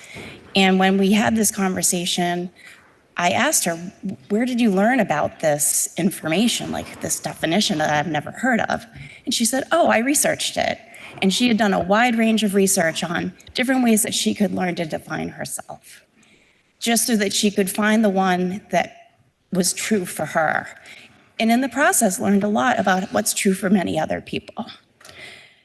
As a society, I think it's so great that we have decided that information is so important that we have a nationwide, town by town, infrastructure of information for all of us. And I think of it as almost a sacred thing for all of our communities. It is not ideas on a page that are dangerous. They're in fact the very path towards a person's growth and ability to understand the world around them. I stand in strong support of this bill, and I hope you will join me in voting yes. The question is, shall the House propose to the Senate to amend the bill as recommended by the Committee on Government Operations and Military Affairs? Are you ready for the question? Member from Barnett.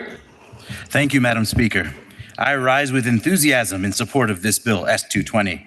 As a child of a Cuban immigrant mother, I was raised in a household full of exiles from a repressive government. Whenever I asked our family as a child why we left our beautiful Caribbean homeland, I was told that the bad people in charge of Cuba wanted to control what you could say, what you could think, and what you could read.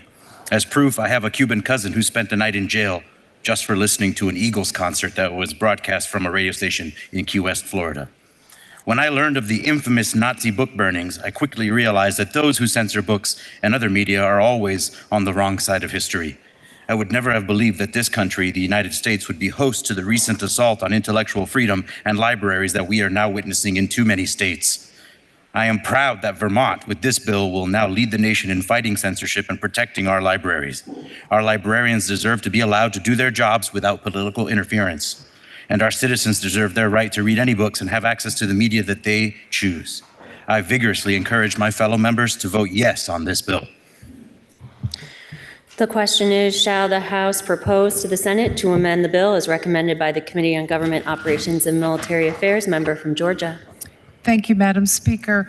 May I please inquire of the reporter of the bill? The member from Putney is interrogated. Thank you.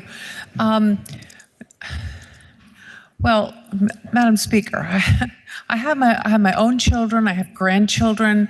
I'm a former school teacher. I won't tell you who, but some of the students I had are sitting in this chamber. I know a lot about teaching, especially elementary age children. With my own, I always felt that if they could read it, we could talk about it. So we never had banned books in our household. So I have a couple questions to ask, though, because when we're dealing with other people's children, that's different than dealing with our own. I looked for it, but I couldn't find it again. But I know someplace in here, I think it was in this bill, talked about lowering the eligible age from 16 to 12 of all kinds of materials. I assume it was all kinds of reading material, Madam Speaker. Is that correct? So that what I mean is things of a high school reading level. In the old days, we used to classify everything above a 7th and 8th grade level as high school and above. So materials appropriate for older kids would be now eligible for 12-year-olds to check out. Is that right? Madam Speaker, I will admit that I'm a little nervous right now, knowing I'm talking to a school principal. Oh, brother. So Yeah. I will try and answer your question as best I can. Where the age of 12 comes up in this bill is that in regards to the age of keeping records confidential, library records confidential, that's where the age 12 comes up in this bill. Okay, so that would mean confidential. That means that we wouldn't be telling the parents. I'm sorry, could you repeat the question? That by confidential, you mean that the parents would not be notified of material the child was able to sign out of the library? That's right. So the parents would Age never 12 know. now. Is that right? Well, I don't know that they would never know. I like to think what a child is reading, what's important to them, presents opportunities for the parent and child to talk about this if there's a good relationship with the parent and child. So it's actually, I think, an opportunity for them to be even closer and learn more about what's important to each. I know that in meeting with some youth recently, I was given the perspective where we were talking about what kids encounter these days, that perhaps I remember what it was like to be 12, but I don't know what it's like to be 12 these days. So for the rule, if you can read it, we can talk about it.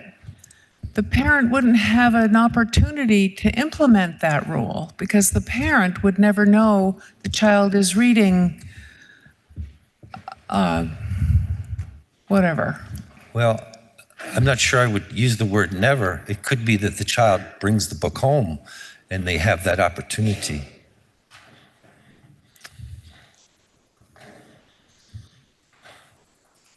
I'm not sure this is a good idea. We have an opportunity here to draw parents closer to their children, and yet we're drawing a line between them. What good will that do? Madam Speaker, I guess I'm not understanding how this could be a good thing. Again, I can use my own experience of working with children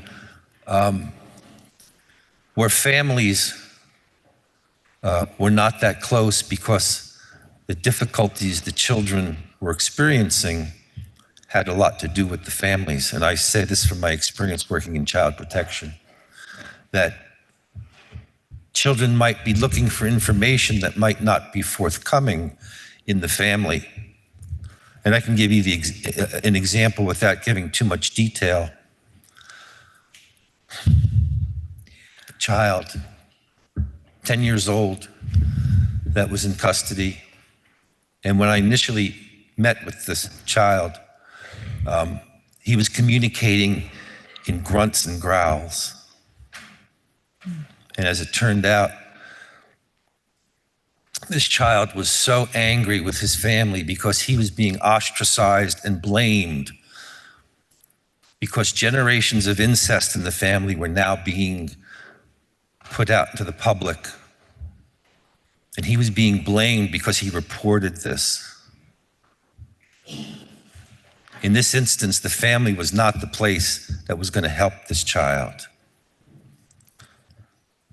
In these instances, and we did hear some testimony where children find information they need in libraries.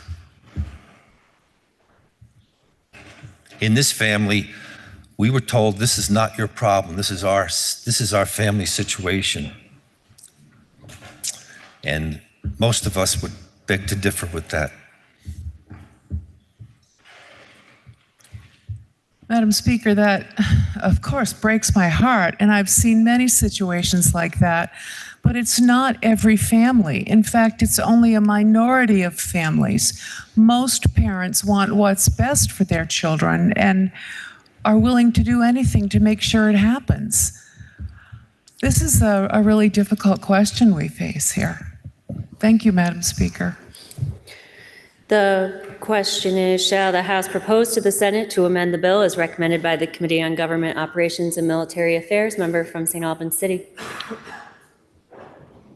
Madam Speaker, I just wanted to clarify a couple of things. One is that the change in the age that's envisioned in S220 around the confidentiality of library records only applies to public libraries. Doesn't apply to school libraries. That's covered by FERPA. So that doesn't apply to schools. It applies to our public libraries, our municipal libraries, and those nonprofit libraries. And the question really isn't, should a parent have that interaction with their teenager about what they're reading? I think all of us who are parents want to engage in that way. The question is, does it make sense to make a librarian obligated to reveal the record of the material that a child has been checking out when they're over the age of 12 to a parent or guardian that's asking for it? I know what my daughter's reading because I'm involved in her life. What we're doing here in this bill is making it so that kids have the same access to information that they've had and the kind of caring professional adults that are in libraries. We are not changing anything about what materials children can check out. That's not what we're doing in S220. The only difference in the age specifically in that section is about the obligation that a librarian would have to reveal a teenager's checked out record of what they are reading to a parent who's asking them for it. And in most states, what we heard in testimony was that is confidential. The default is that it's confidential anyway for all people, regardless of age. So Vermont's age actually was a lot higher and is an outlier according to the state librarian. So I hope that that puts concerns about that section to bed. The question is, shall the House propose to the Senate to amend the bill as recommended by the Committee on Government Operations and Military Affairs? Member from Milton. Thank you, Madam Speaker. This is a really compelling discussion that we're having, and it's, I think, one that's necessary. But I want to switch gears a little bit because I have there are some libraries in the state that operate as both a municipal and a school library. So I have some questions that I think I need to get cleared up about how this new law will operate with those kind of facilities. So if I could inquire of the presenter of the bill. The member from Putney is interrogated. Thank you, Madam Speaker. So as I read through the bill, I noticed that there's a couple different sections that talks about model policies, and one seems to be much more prescriptive than the other, that one being the one that's dedicated to the schools. I'm just wondering if there's any testimony taken to how this is going to operate in a library that is a municipal and a public school library that's actually operated out of a public school, which happens in a district next door to mine. And I just didn't know what policy they would have to follow. Would they have to follow the more prescriptive one, or would they follow the one for municipalities?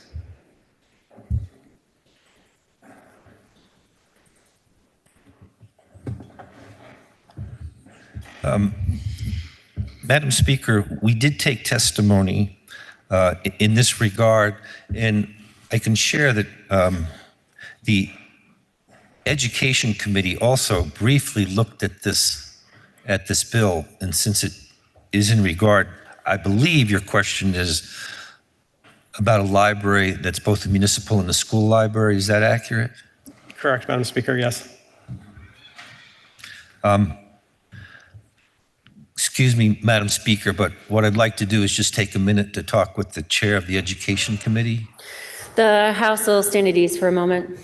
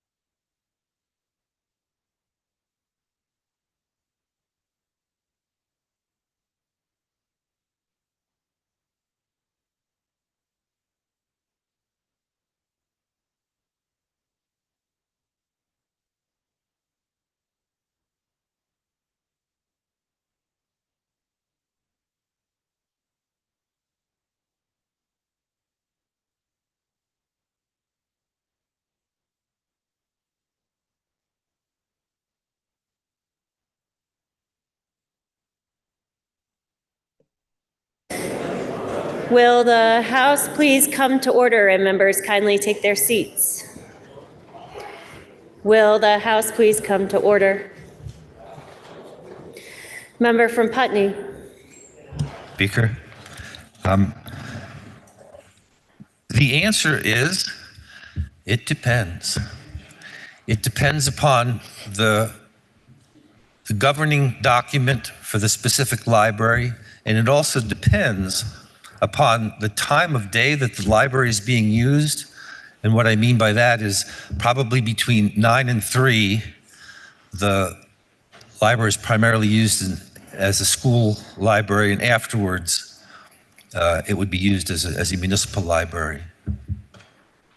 Thank you, Madam Speaker. That's kind of what I was thinking, and it sounds like that's a pretty difficult thing to ask of a school/municipal library to keep track of all those different aspects. I do have another question, and it is along the same lines, and it deals with the FERPA rules with the Federal Educational Rights and Privacy. So how would a library that operates as a municipal and a public school library delineate between the records of a student, the time they check out a book? Are they a student of the school, or are they just using the municipality library? So how is a library supposed to keep records of all this and keep track of it? Did we hear testimony on any of that? Madam Speaker, my understanding is that this would be up to each individual library to determine that in the librarian. Okay, thank you. The question is, shall the House propose to the Senate to amend the bills recommended by the Committee on Government Operations and Military Affairs? Member from Burlington. Thank you, Madam Speaker. I rise in support of this bill, which is based on just a tiny report that took several years by 11 stakeholders. It's 230 pages with 700 pages of appendices. And key and core to their recommendations is to assist them to begin establishing standards of how they do business. Like many of our smaller providers of different services throughout the state, People are feeling the challenges with providing the services that they want to provide. So to the degree that this legislature can answer their call by providing language that sets clear standards, including providing continuing education program for a certificate in public librarianship, and also clarifying some language about potentially future budget requests. I very much strongly support those expert stakeholders that frankly create and uphold one of the most beautiful, freeing institutions designed by Ben Franklin here in this great nation. Besides libraries, I think the most freeing thing in the world is a bicycle.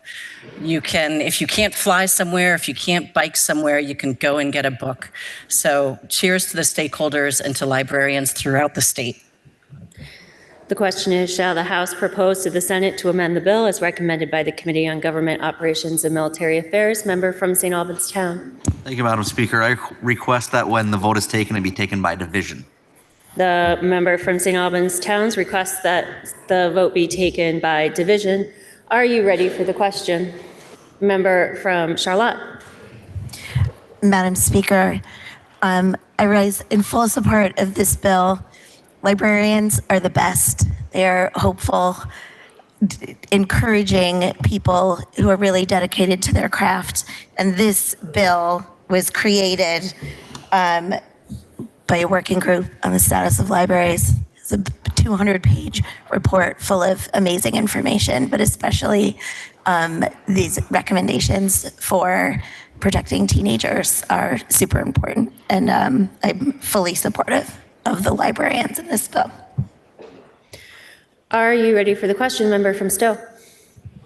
Madam Speaker, I rise in support of this bill, and this discussion today has brought me way back in my life in what was a very humiliating experience. I reckon I was in 7th grade. I wasn't a very good reader, but I gravitated toward a book I'd heard about called Catcher in the Rye, and it was by J.D. Salinger. When I pulled it off the shelf and went to a table to read it, before I knew it, the librarian had called the vice principal. It came down, wanted to know what I was doing with that book.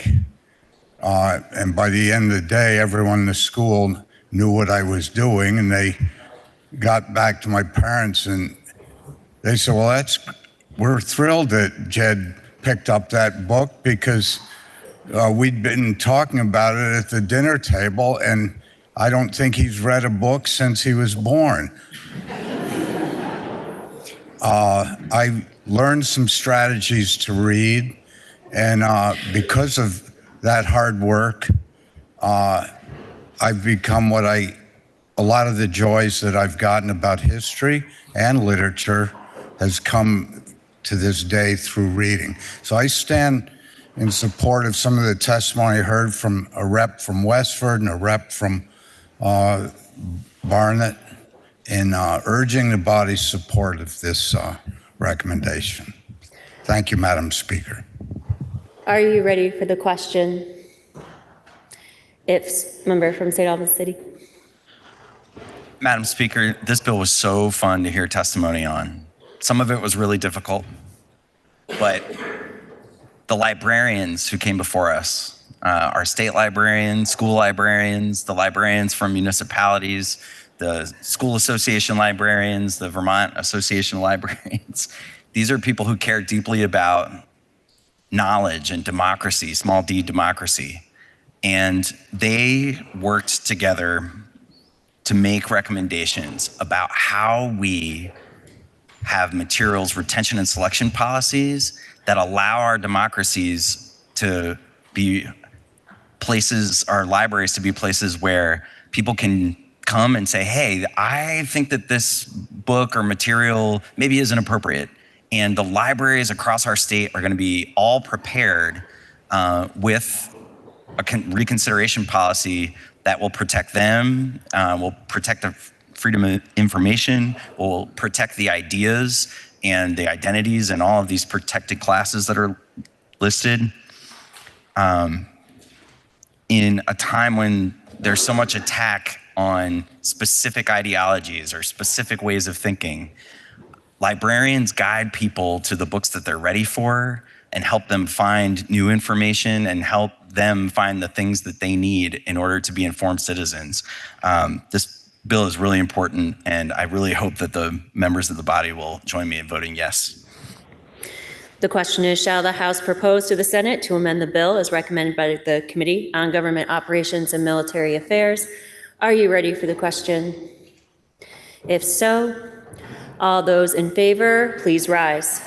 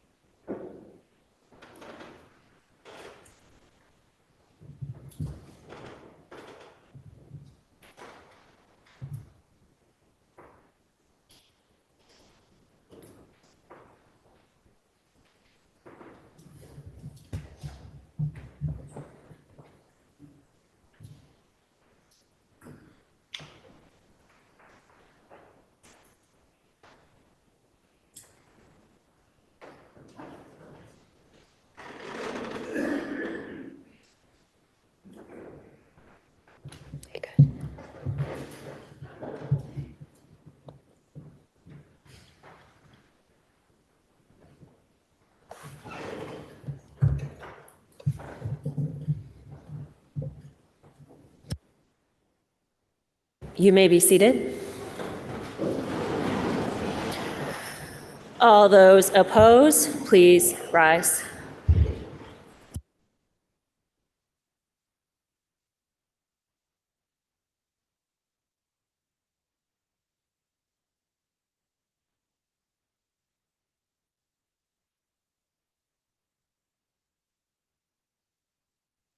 You may be seated.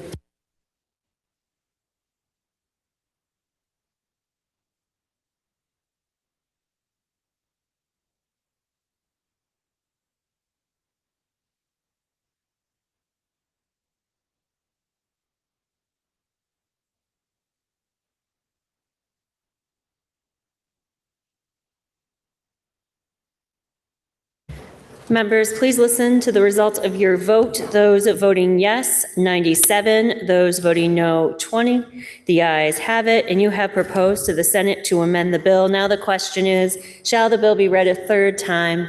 Are you ready for that question? If so, all those in favor, please say aye.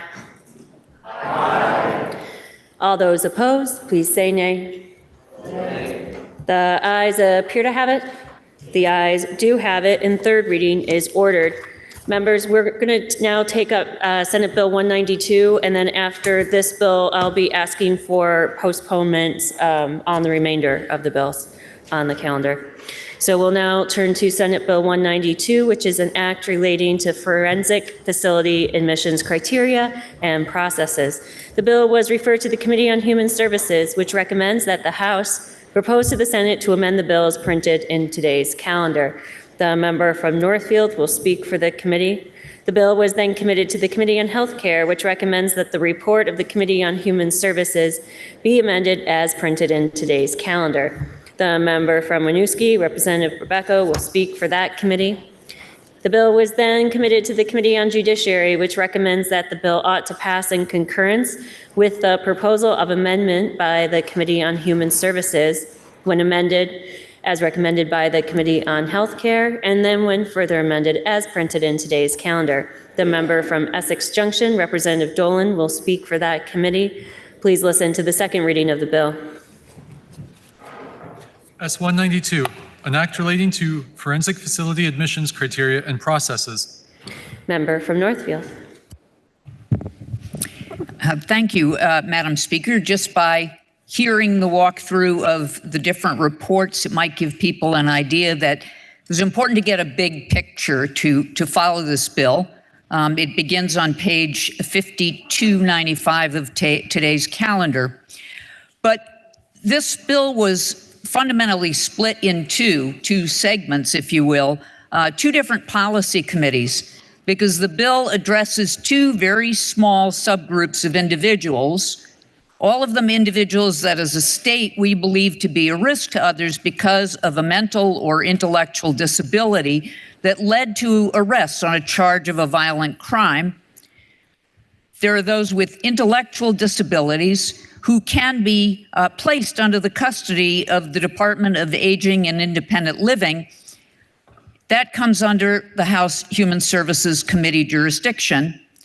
And then those with mental disabilities who can be placed under the Department of Mental Health supervision, and that is under the jurisdiction of your House Healthcare Committee. And then, of course, if it involves court processes, as it does, the House Committee on Judiciary also reviews bills. When a bill focuses on a very small group of people, it can end up distorting a much broader group and thereby exacerbate stigma.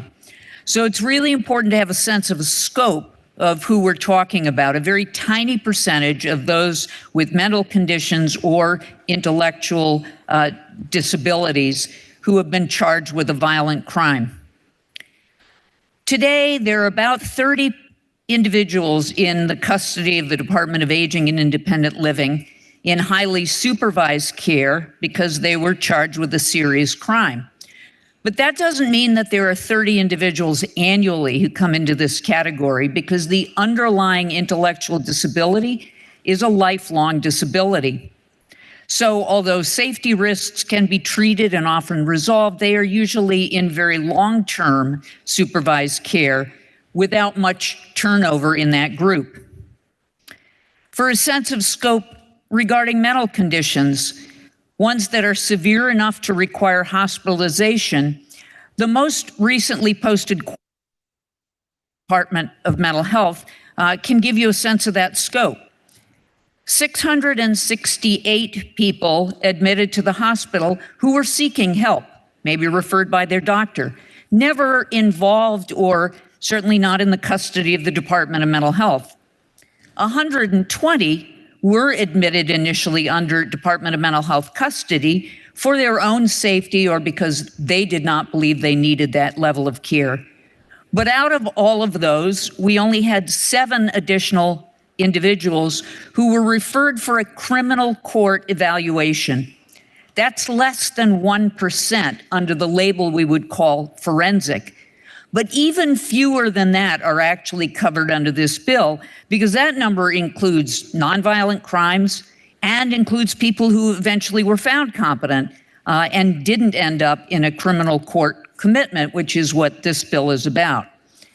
In addition, more turnover in that group because mental conditions are treatable. But while we have come as a society to be more and more recognized that mental and intellectual disabilities can happen in any family, to anyone, to ourselves, we often don't make that same connection when a person is charged with a crime as a result of a disability. When we hear the word crime, those are the people we immediately connect to fear. Sometimes we'll hear the term, "they got away with it." We don't think of them as people who will recover from their disability or recover from presenting any degree of danger to others. So who are people like that? Well, Madam Speaker, let me introduce you to one, a person arrested and held on charges of a felony crime as well as 2 misdemeanors, one of those being resisting arrest, diagnosed by a psychiatrist at a hospital as having been experienced an acute psychotic state that made them, and this quote comes directly from the statute but was used by the physician, unable to understand the criminality of their action or conform their conduct to the requirements of the law. That's the legal defense of insanity. As a result, the state's attorney dismissed the charges. That was in 2001. 2 years later, I was first standing here as a state representative. Yes, that was me. Yes, people recover. As a society, we've agreed that a person whose mental or intellectual conditions mean that they do not understand that they're breaking a law or can't help defend themselves at a trial, they should be treated for the condition, not tried for a crime.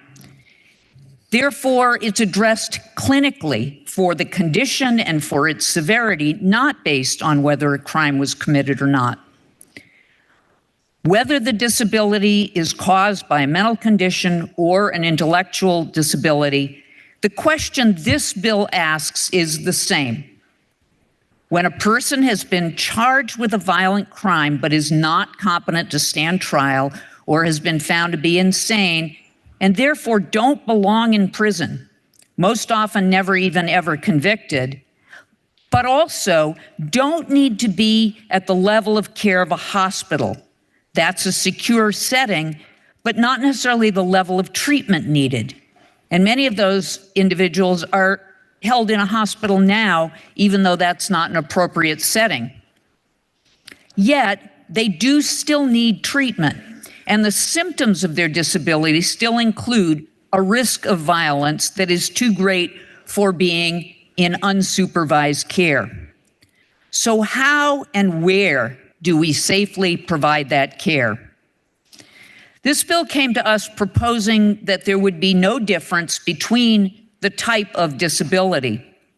It was based on a solution that proposed that we build a new treatment facility for those needing a high treatment and security level, about 8 people in total, either with a mental condition or an intellectual disability. That's the reference to forensic facility in the title, which simply means crime-related. Your House Human Services Committee had the bill first, and so we looked at that question, how and where do we safely provide that care, with the lens of those with intellectual disabilities. So when I walked through the bill, I'll point out, but not review, the many sections on mental health, because that was all left to House Health Care. And in fact, it changed many of those sections, as you'll hear from the member from Winooski. What we heard from the Division of Aging and Independent Living is that there are maybe 1 or 2 people a year believed to need placement in a facility like that. So they would become part of that potential 8-bed facility for treatment of both disability groups. And they believed it was appropriate for those 2 different disability groups to be together because they said that those with intellectual disabilities often have a co-occurring psychiatric condition. Madam Speaker, your Human Services Committee took extensive testimony, and we concluded 2 major things. First of all, in the 30 years since closing institutional care for people with intellectual disabilities, that's the Brandon Training School, community-based care has worked. It's addressed needs, including safety needs, and that we shouldn't be creating a new system to address a single or individual-based challenge. And just because there might be a plan for a new facility for those with mental conditions, we should not be adding in 1 or 2 individuals with an intellectual disability. Secondly, we had a great concern that once there's an availability of a costly new institution, there's always a perceived need to use it. But knowing how limited state resources are for community services, it will end up leaving people inappropriately stuck there when they could be in a community setting. Even some in the summer work group who supported including those with intellectual disabilities in a forensic facility said, but only if community resources are also increased. And we all know the struggle every year to eke out tiny increases. That only if doesn't happen. And so, Madam Speaker, your Committee on Human Services removed those individuals who might be in Dale custody from the category of being considered for a forensic facility. And we invited Dale to return with an alternative proposal for enhanced services for people in the community. We did then proceed to review the proposals for updating and reforming existing laws on the civil commitment process for people with an intellectual disability who is accused of a crime. So if we begin now on page 5295, you'll see a revised purpose because we changed it into two parts, with the second part being the new specific to our policy topic, saying that the purpose was to update the civil commitment procedures for individuals with intellectual disabilities. We can now jump all the way to page 5304 because of removing all of the sections from House Health Care, which also changed many of them. So there's no need to even review them at this point. In the middle of that page begins section 10. And sections 10 through 14 actually are all existing law on the steps by which a person entering the criminal court system can be referred and can end up in a civil commitment for treatment rather than staying in the criminal court. So these actually cover both mental or intellectual disabilities. But the updates were needed because many pieces lack clarity on how Dale is integrated when the individual is a person with an intellectual disability. All 5 of these sections are in Title 13, the next 5 sections, because they address that entry through the criminal process. Section 10 simply makes permanent from a pilot last year that allows trained psychologists as well as psychiatrists to conduct competency evaluations. Section 11 addresses where a person is placed pending the exam. That's existing law except for the addition of Dale and the addition of an intellectual disability professional. It goes on for a full page, which is not in need of review. That's details on the mental health temporary placement. Section 12, which begins on page 5306, looks to a person with an intellectual disability and the fact that that exam needs to be by a specialist in psychology. And then for either disability, the reports can be used for evidence. It's either the psychiatrist or the psychologist as applicable. And Section 13 also adds or psychologist for the next step of the process. Section 14 on page 5307 addresses the mandatory hearing that occurs. Whenever there's a finding of a lack of competence or of insanity, there needs to be a hearing. It's required to determine whether that person needs to be committed for treatment. And this adds Dale, the Department of Aging and Independent Living, since that would be who the custody is placed with if it's a person with an intellectual disability. I'm going to note that these sections that House Human Services handled actually get a little bit of an added fix-up of wording from House Health Care. They assisted because we got some late information about which wording needed to be updated in which places. Section 15 on page 5308 begins the shift to explain the subsequent steps that are specific to individuals committed to Dale because of an intellectual disability. This is the start of the substantive changes and reforms to current statute. It adds to Section 13 VSA 4823A the clear and convincing standard of evidence, which has always been used but is not stated explicitly in law. It changes the maximum length of an order from indefinite to a year, and it identifies that treatment placement must be in the least restrictive setting that's necessary for the treatment needs. That's a constitutionally required standard.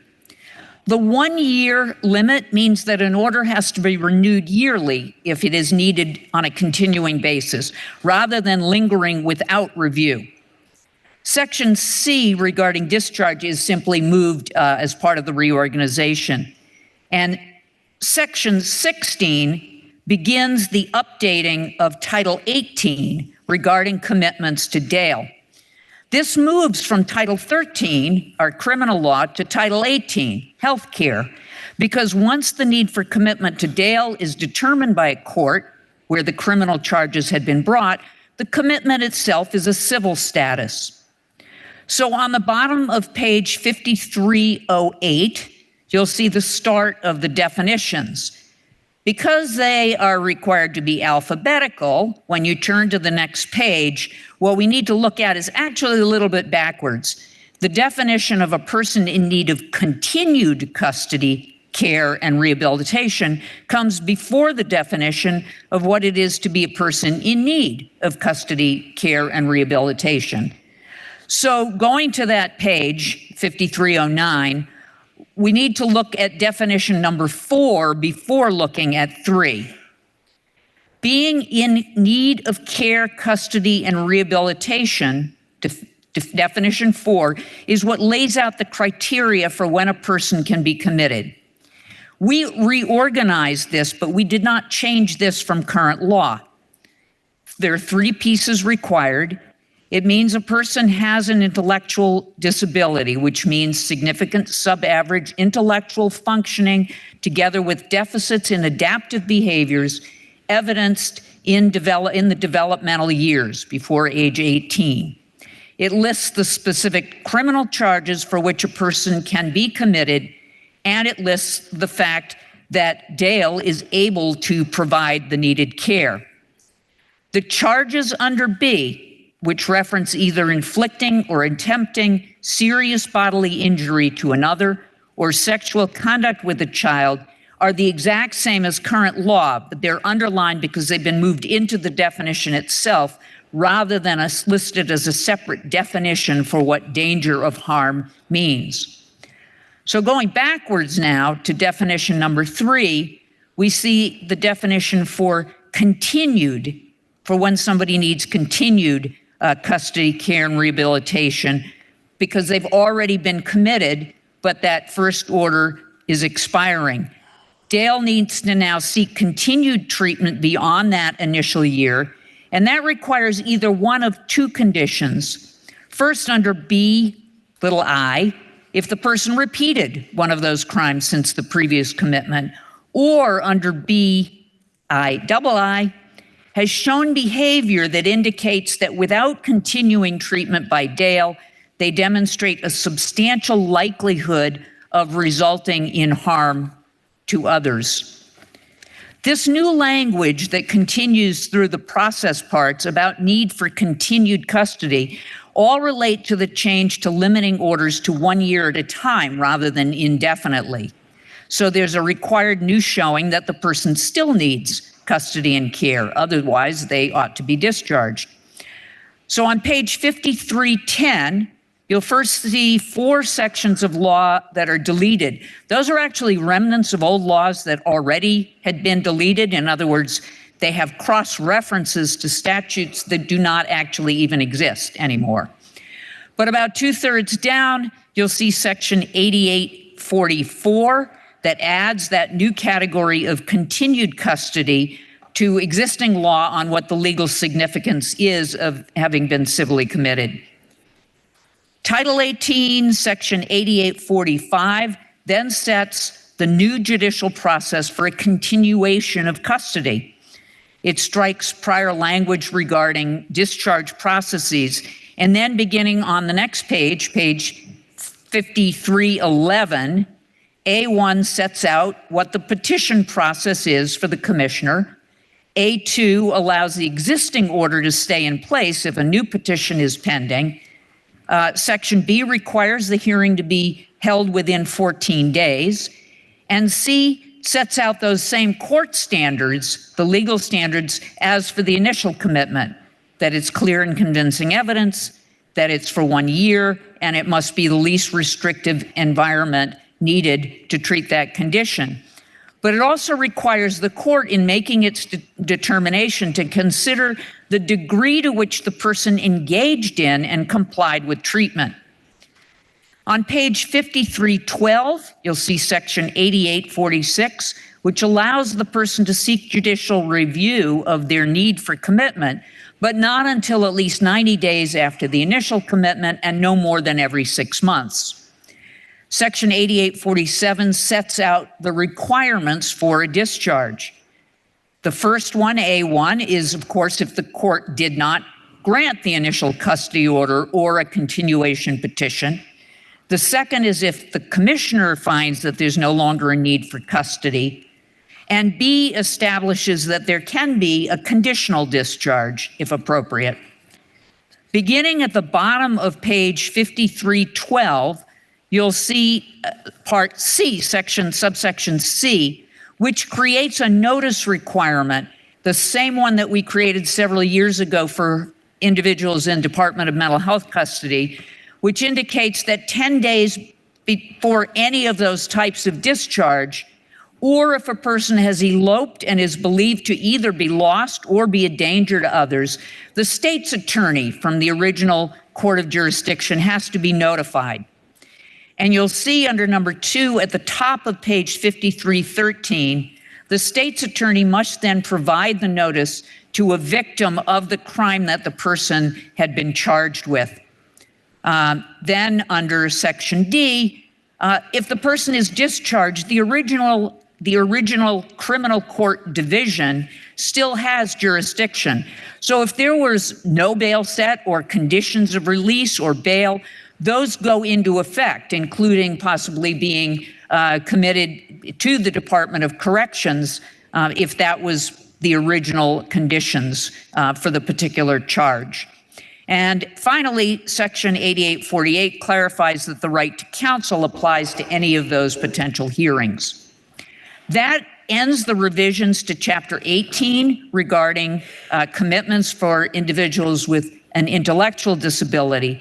Section 14 at the bottom of page 5313 sets out the option for Dale to propose an alternative to the forensic facility that was originally proposed in this bill for those 1 or 2 individuals with an intellectual disability. Needs to be done in consultation with community providers, advocates, and people with experience with an intellectual disability. Has to address staffing and funding and be eligible for global commitment funding for home and community-based services federal match. So the door is open for further review for those few individuals that were the cause for inclusion in this bill. The remaining sections are House healthcare sections. The effective date for all of the sections I just reported on is July 1st of 2024. Madam Speaker, we heard from Legislative Counsel of the Office of Legislative Counsel, a member from the House Committee on Judiciary, a member from the Working Group on Policies Pertaining to Individuals with an Intellectual Disability who are criminal justice involved, the Director of the Developmental Disabilities Service Division of the Department of Disabilities, Aging, and Independent Living, a public safety specialist from the Department of Disabilities, Aging, and Independent Living, and general counsel from the Department of Disabilities, Aging, and Independent Living. We heard from the Commissioner of the Department of Building and General Services and a project manager from the Department of Building and General Services, the Chief Superior Judge from the Vermont Judiciary, staff attorney from Vermont Legal Aid Disability Law Project, the project director of the Mental Health Law Project of Vermont Legal Aid, the administrative director of Green Mountain Self Advocates, the outreach director from Green Mountain Self Advocates, a senior planner and policy analyst with the Vermont Developmental Disabilities Council, the director of the Vermont Crisis Intervention Network, the Developmental Disability Services Director of Vermont Care Partners, and the Director of Developmental Services at Rutland Mental Health Services. Madam Speaker, our committee vote was 11-0, and we ask the support of the body.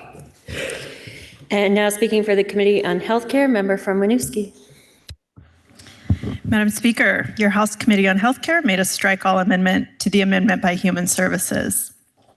We determined that rather than establish and build a forensic facility, It's actually possible to deliver clinically appropriate treatment that's safe for both caregivers and those that they care for when the careful use of emergency involuntary procedures and emergency involuntary medicine is available to assist those that might be harmed or harmful through a transition. So current statute does not permit those procedures to be utilized in a secure or locked facility. Our committee made changes that brought So our changes brought through this bill simply add the term secure residential recovery facility to existing statutes where EIPs or emergency involuntary procedures or involuntary medication are allowed, which are in our two inpatient psychiatric hospitals, the Vermont Psychiatric Care Hospital and the Brattleboro Retreat. So this solution is not just clinically appropriate, it's fiscally responsible since we already have an existing facility, Riverside Therapeutic Residence in Essex, which has capacity and the services to meet the clinical and safety needs of the people who would be placed there under this statute. The second impact we had on this bill was to establish a psychiatric residential treatment facility for youth so that we can serve individuals from 12 to 21 years old who have mental health challenges in a therapeutic community residence, which is a secure setting. There's currently no facility in Vermont that can care for these youth safely, so our clinicians are actually referring them to providers out of state. And in addition to bringing these youth home closer to their families, establishing a facility here would also enable our state spending to stay in Vermont. So I'm going to give just a few brief highlights of our amendment, which is in today's calendar on page 5315. Section 1 strikes the forensic facility from the bill, and it allows individuals to enter a secure residential recovery facility regardless of whether they're stepping down from having been on an order of hospitalization, which is the current requirement to enter a secure residential facility. Section 2 amends the duration that the court can commit an individual to the care and custody of the Department of Mental Health from an indeterminate amount of time to 90 days. And the intent here is to ensure that people are continuing to be in the least restrictive setting that they need for clinically appropriate care. We also added a sentence that would allow victims to submit an impact statement to the court prior to the discharge of someone who is committed to the facility. Section 6 does housekeeping around the reporting on involuntary medication applications that are filed with the state. We felt this might streamline the reporting process at the Department of Mental Health, as well as improve clarity and transparency for readers. Finally, in Section 16, we added authorization for the use of emergency involuntary procedures and medication at a secure residential recovery facility. We required that DMH look to the same rules that were adopted for governing the use of those in psychiatric inpatient units like the Retreat and the Vermont Psychiatric Care Hospital. So we're taking existing policy and we're applying to that to the secure setting. We also required that the Department of Mental Health document all of those emergency involuntary procedures and share them with the Mental Health Care Ombudsman, which is Disability Rights Vermont. Skipping through section 17 and 28 to section 29, which is simply our effective date of July 1st, 2024.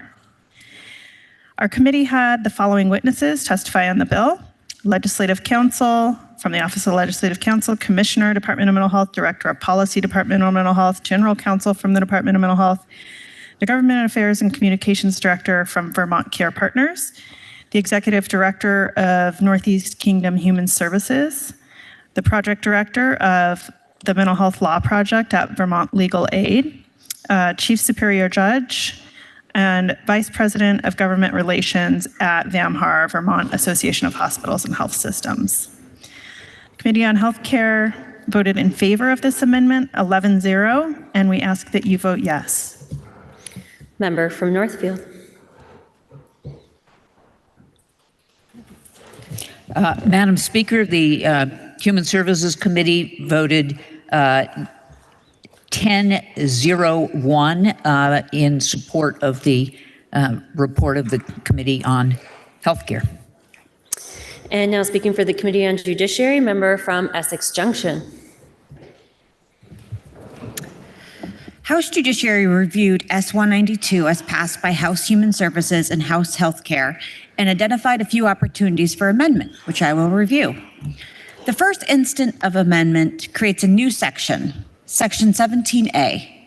This new section states that individuals committed to the custody of the Commissioner of Mental Health at the secure residential facility prior to the effective date of this bill have the ability to seek a court review to confirm that their placement remains appropriate. This language was added in response to testimony from Disability Rights of Vermont, noting that the proposed changes in S-192 may alter a determination that the secure residential facility continues to be the least restrictive setting for an individual. Testimony from the Department of Mental Health clarified that current statute allows individuals to ask for a court review at any point during custody, but House Judiciary decided to add the language to further clarify the opportunity. The second instant of amendment deletes subsections E and F in Section 22. Revised language for these deleted sections is being considered by relevant parties for inclusion in the miscellaneous judiciary bill. The third instance of amendment corrects an incorrect cross-reference in Section 26 that mistakenly referenced Title 18 instead of Title 13. The fourth instance of amendment is also located in Section 26, specifically subsection B of Section 8845, and adds a line stating that a hearing may be continued for good cause shown. This was added in response to testimony from Vermont's Judiciary Branch, acknowledging that flexibility with hearing timing can be important in certain cases. The fifth instant of amendment under Section 8847 of Section 26, related to discharge from commitment, removes language stating that a judicial or administrative order of discharge may have immediate or delayed effect. The removed language conflicted with the new provision at subdivision C1 that requires notice 10 days prior to the discharge of a person from commitment. The last instance of amendment is again in Section 26 and adds language that is also included in Section 2 of the bill, allowing a victim to include a victim impact statement when they receive notice of a court consideration for a change in status. Your House Judiciary Committee appreciates the opportunity to present these amendments and voted out the proposal of amendment favorably on a vote of 902. Member from Winooski. Madam Speaker, the Committee on Healthcare heard the amendment from the Committee on Judiciary, and we voted in favor of it, 11-0-0. And member from Northfield. Thank you, Madam Speaker. Your House Human Services Committee supported the amendment on a vote of 10-0-1. The first question is, shall the report of the Committee on Healthcare be amended as recommended by the Committee on Judiciary? Are you ready for the question? If so, all those in favor, please say aye. Aye. All those opposed, please say nay. The ayes appear to have it. The ayes do have it, and you have amended the report of the Committee on Healthcare. Now the member from Northfield will be offering two amendments to the report of the Committee on Healthcare. The first assistant clerk emailed these amendments to members at 12:36 today. They are also posted on our House Overview webpage, and paper copies are available at the main table. We will start with the one that is listed in the top left corner as draft 1.3 with a timestamp of 9:23 a.m. Member from Northfield. Thank you, Madam Speaker. There was some great cross-collaboration among committees as this bill took its various routes.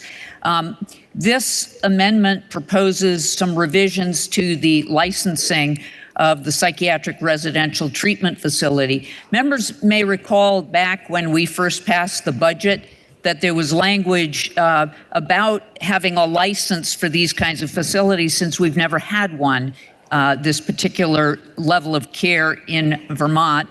And so the House Healthcare Committee really put a lot of good work into creating that licensing but was also short on time. This aligns that licensing process more closely with what the Department of Health does currently. The Department of Health is the department that licenses hospitals, and the Agency of Human Services said that they were the appropriate department for the new section on psychiatric residential treatment facility. So in contrast to the original language, this actually makes the core definition shorter and places some of the pieces of the original definition into licensing requirements. So it doesn't remove them, it simply relocates them. If you look at section 8, where the second part of the amendment, which starts with section 8 of 18 VSA 7260, it lists the requirements, and A and B are actually the same as what was in the underlying amendment. Number 1 adds simply the word nonprofit, that these are nonprofit facilities. Number 2, 3, and 4 are all parts of the existing house health care licensing requirements. Number 5 is an existing requirement, but it was inserted here to word it in the same way that the hospital licensing is worded. Number 6 was in the original amendment as offered by your House Health Care Committee. Number 7 was the same, except that hospitals language included a little bit more detail with the lists that are lettered A through E on the factors that have to be included in a complaint process at the facility. C, D, E are all the same. They're just this reordering into one section as what was in the House Health Care Bill. And finally, we get close to the end. There is language just to cross. Number 2 and 3 simply are a cross-reference to the fact that this is information that the department collects and the mental health care ombudsman receives, and this requires the facility to be providing that information. Finally, subsection F. This is the identical Department of Health language for suspending, revoking, or denying a license. Obviously, the authority to be the one issuing a license also requires or includes that authority, and so that has been added just to parallel the language. And that is the proposal of amendment. Thank you, Madam Speaker. Member from Winooski. Madam Speaker, we heard the amendment from the member, and the Health Care Committee voted in favor of the amendment 11-0. And for the Committee on Health Care, member from Northfield. Madam Speaker, the Human Services Committee voted 9-0-2 in support. Thank you, member. So the question is, shall the report of the Committee on Health Care as amended be further amended as offered by the member from Northfield? Are you ready for the question? If so, all those in favor, please say aye. Aye. All those opposed, please say nay. The ayes appear to have it. The ayes do have it, and you have further amended the report of the Committee on Health Care. Now we'll consider the amendment offered by the member from Northfield that is listed on the top left corner as draft 2.4 with a timestamp of 12:32 p.m. Member from Northfield. Thank you, Madam Speaker. This includes more collaborative work. Madam Speaker, your member from Northfield was sitting in the House Judiciary Committee while it was hearing witnesses, and it heard from a witness on several issues, one which was already referenced in the Judiciary Amendment, but it also heard a few issues that the chair said, gee, these are policy committee issues, not judiciary. And I got a look, like, do something. So the first two instances of the amendment here are in response, again, to testimony from the Mental Health Ombudsman about including a part of the regular annual report that reports on, from the Department of Mental Health, that reports on where there are barriers to discharge from these highest levels of care from either inpatient or the secure residential levels, including recommendations on how to address barriers. The second instance of amendment is adding to the information it currently receives on emergency procedures, also adding reportable adverse events. The remaining amendments, the others, all relate to what was already presented by the reporter from the Committee on Health Care, that because secure residential facility for youth and the psychiatric residential facility are more similar than a hospital, quite frankly, than they are to a residence in terms of the level of restrictiveness.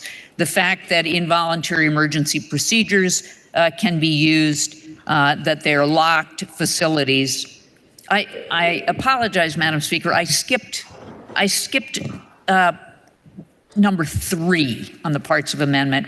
And the reason I skipped it is because actually that was a double member. The body has already accepted that part in my first amendment about adding non-profit, that it got double entered. However, the remainders all have to do with adding those 2 facilities to existing law that are protective of rights of people who are under the custody of the Department of Mental Health and are involuntarily being held in one of these facilities. So that includes the right of access to treatment. You'll see under C, the right to have somebody that you choose notified about your status. It includes under Section 9B, 18 VSA 7511, is our existing law on the least restrictive measures that are consistent with public safety being used when someone is being transported. It adds the facilities. And finally, the right to have a notice of one's rights posted in the facility so that one knows what their rights are in the facility is added to those other 2. And that completes the proposal of amendment. Member from Winooski. Madam Speaker, your Committee on Healthcare heard the amendment. We were grateful for the strengths that it brought to protecting patient rights, and we voted in favor of it, 11-0-0. Member from Northfield. Madam Speaker, your House Human Services Committee voted in favor of this amendment, 9-0-2. The question is, shall the report of the Committee on Health Care as amended be further amended as offered by the member from Northfield?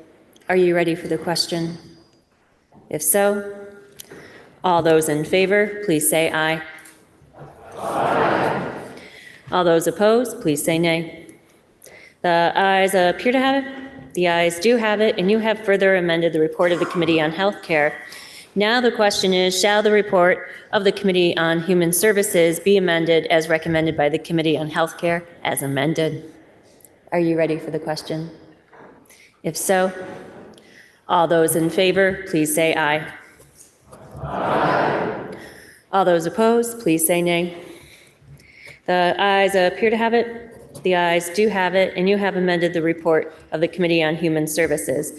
Now the question is, shall the House propose to the Senate to amend the bill as recommended by the Committee on Human Services as amended? Are you ready for that question? If so, all those in favor, please say aye. Aye. All those opposed, please say nay.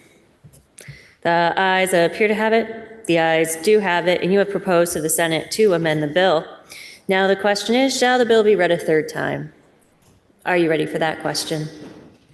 If so, all those in favor, please say aye. Aye. All those opposed, please say nay. The ayes appear to have it. The ayes do have it, and 3rd reading is ordered. Members, I'm going to start at the top of the calendar and work our way through for the postponements. Member from Senate Bill 195 is an act relating to how a defendant's criminal record is considered in imposing conditions of release. Member from South Burlington. Madam Speaker, I move that we postpone action on S-195 one legislative day. You have heard the motion. Are you ready for the question? If so, all those in favor, please say aye. Aye. All those opposed, please say nay. The ayes appear to have it. The ayes do have it, and you have postponed action on Senate Bill 195 for one legislative day. Next is Senate Bill 302, which is an act relating to public health outreach programs regarding dementia risk. Member from South Burlington. Madam Speaker, I propose that we postpone S302 for one legislative day. You have heard the motion. Are you ready for the question? If so, all those in favor, please say aye. Aye. All those opposed, please say nay. The ayes appear to have it. The ayes do have it, and you have postponed action on Senate Bill 302 for one legislative day. Next is Senate Bill 25, which is an act relating to regulating cosmetic and menstrual products containing certain chemicals in chemical classes and textiles and athletic turf fields pertaining perfluoroalkyl and polyperfluoral substances. Member from Bennington. Madam Speaker, I move that we postpone action on S25 one legislative day. You have heard the motion. Are you ready for the question? If so, all those in favor, please say aye. Aye. All those opposed, please say nay. The ayes appear to have it. The ayes do have it, and you have postponed action on Senate Bill 25 for one legislative day. Next is S114, which is an act relating to the establishment of a psychosocial therapy advisory working group. Member from Essex. Madam Speaker, I move that we postpone action on S114 for one legislative day. You have heard the motion. Are you ready for the question? If so, all those in favor, please say aye. Aye. All those opposed, please say nay. The ayes appear to have it. The ayes do have it, and you've postponed action on Senate Bill 114 for one legislative day. Next is Senate Bill 167, which is an act relating to miscellaneous amendments to education law. Member from Cornwall. Madam Speaker, I move we postpone action on S167 one legislative day. You have heard the motion. Are you ready for the question? If so, all those in favor, please say aye. Aye. All those opposed, please say nay. The ayes appear to have it. The ayes do have it, and you have postponed action on Senate Bill 167 for one legislative day. Next is Senate Bill 183, which is an act relating to re-envisioning the Agency of Human Services. Member from Shelburne. Thank you, Madam Speaker. I move that we postpone action on Senate 183 for one legislative day. You have heard the motion. Are you ready for the question? If so, all those in favor, please say aye. Aye. All those opposed, please say nay.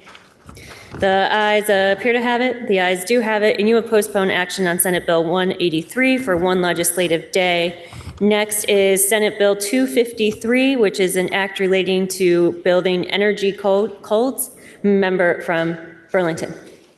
Madam Speaker, I move that we move S253 to tomorrow, one legislative day. You have heard the motion. Are you ready for the question? If so, all those in favor, please say aye. Aye. All those opposed, please say nay. The ayes appear to have it. The ayes do have it, and you have postponed action on Senate Bill 253 for one legislative day. Next is Senate Bill 305, which is an act relating to miscellaneous changes related to the Public Utility Commission. Member from Worcester.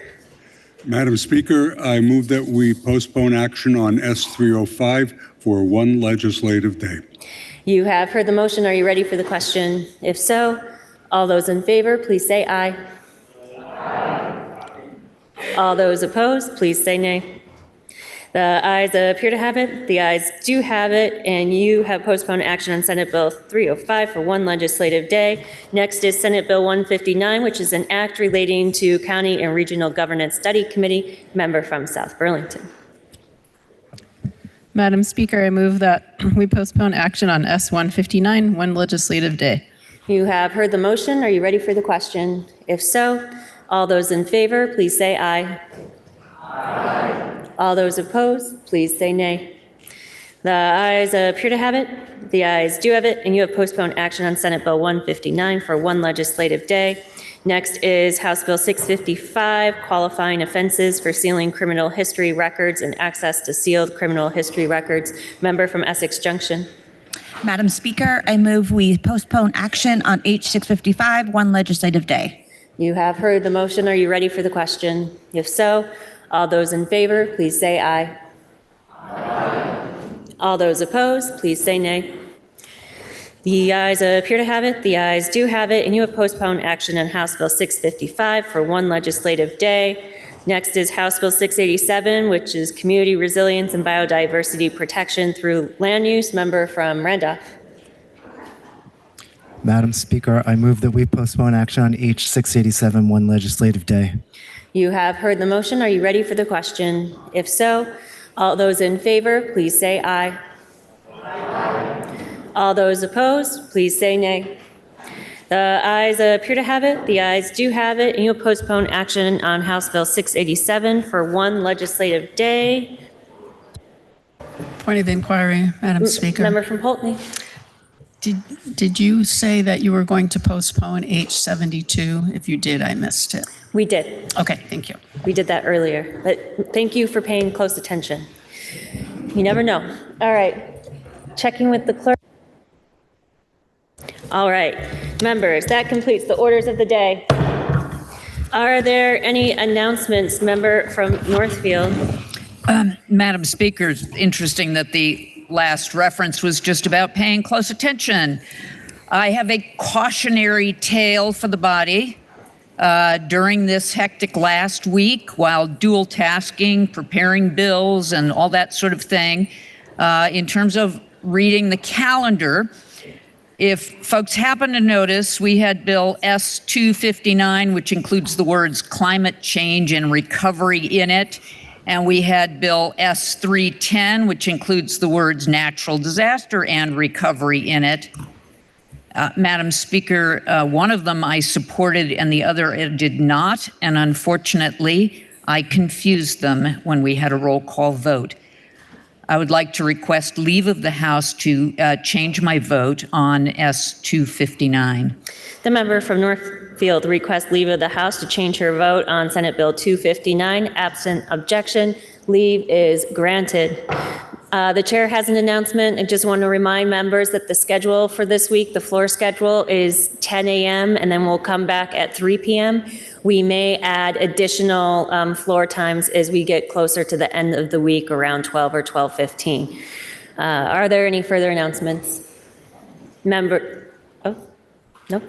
Member from Coventry. Thank you, Madam Speaker. Madam Speaker, I would ask that the members of your House Committee on Commerce and Economic Development meet in the committee room upon adjournment. Thank you. Are there any further announcements? Seeing none, member from Poultney, can you please offer us a motion to adjourn until Tuesday, May 7th at 10 a.m.? Madam Speaker, I make a motion this body stand in adjournment until Tuesday, May 7th, 2024 at 10 a.m. You have heard the motion. Are you ready for the question? If so, all those in favor, please say aye. Aye. All those opposed, please say nay. The ayes appear to have it. The ayes do have it, and this body stands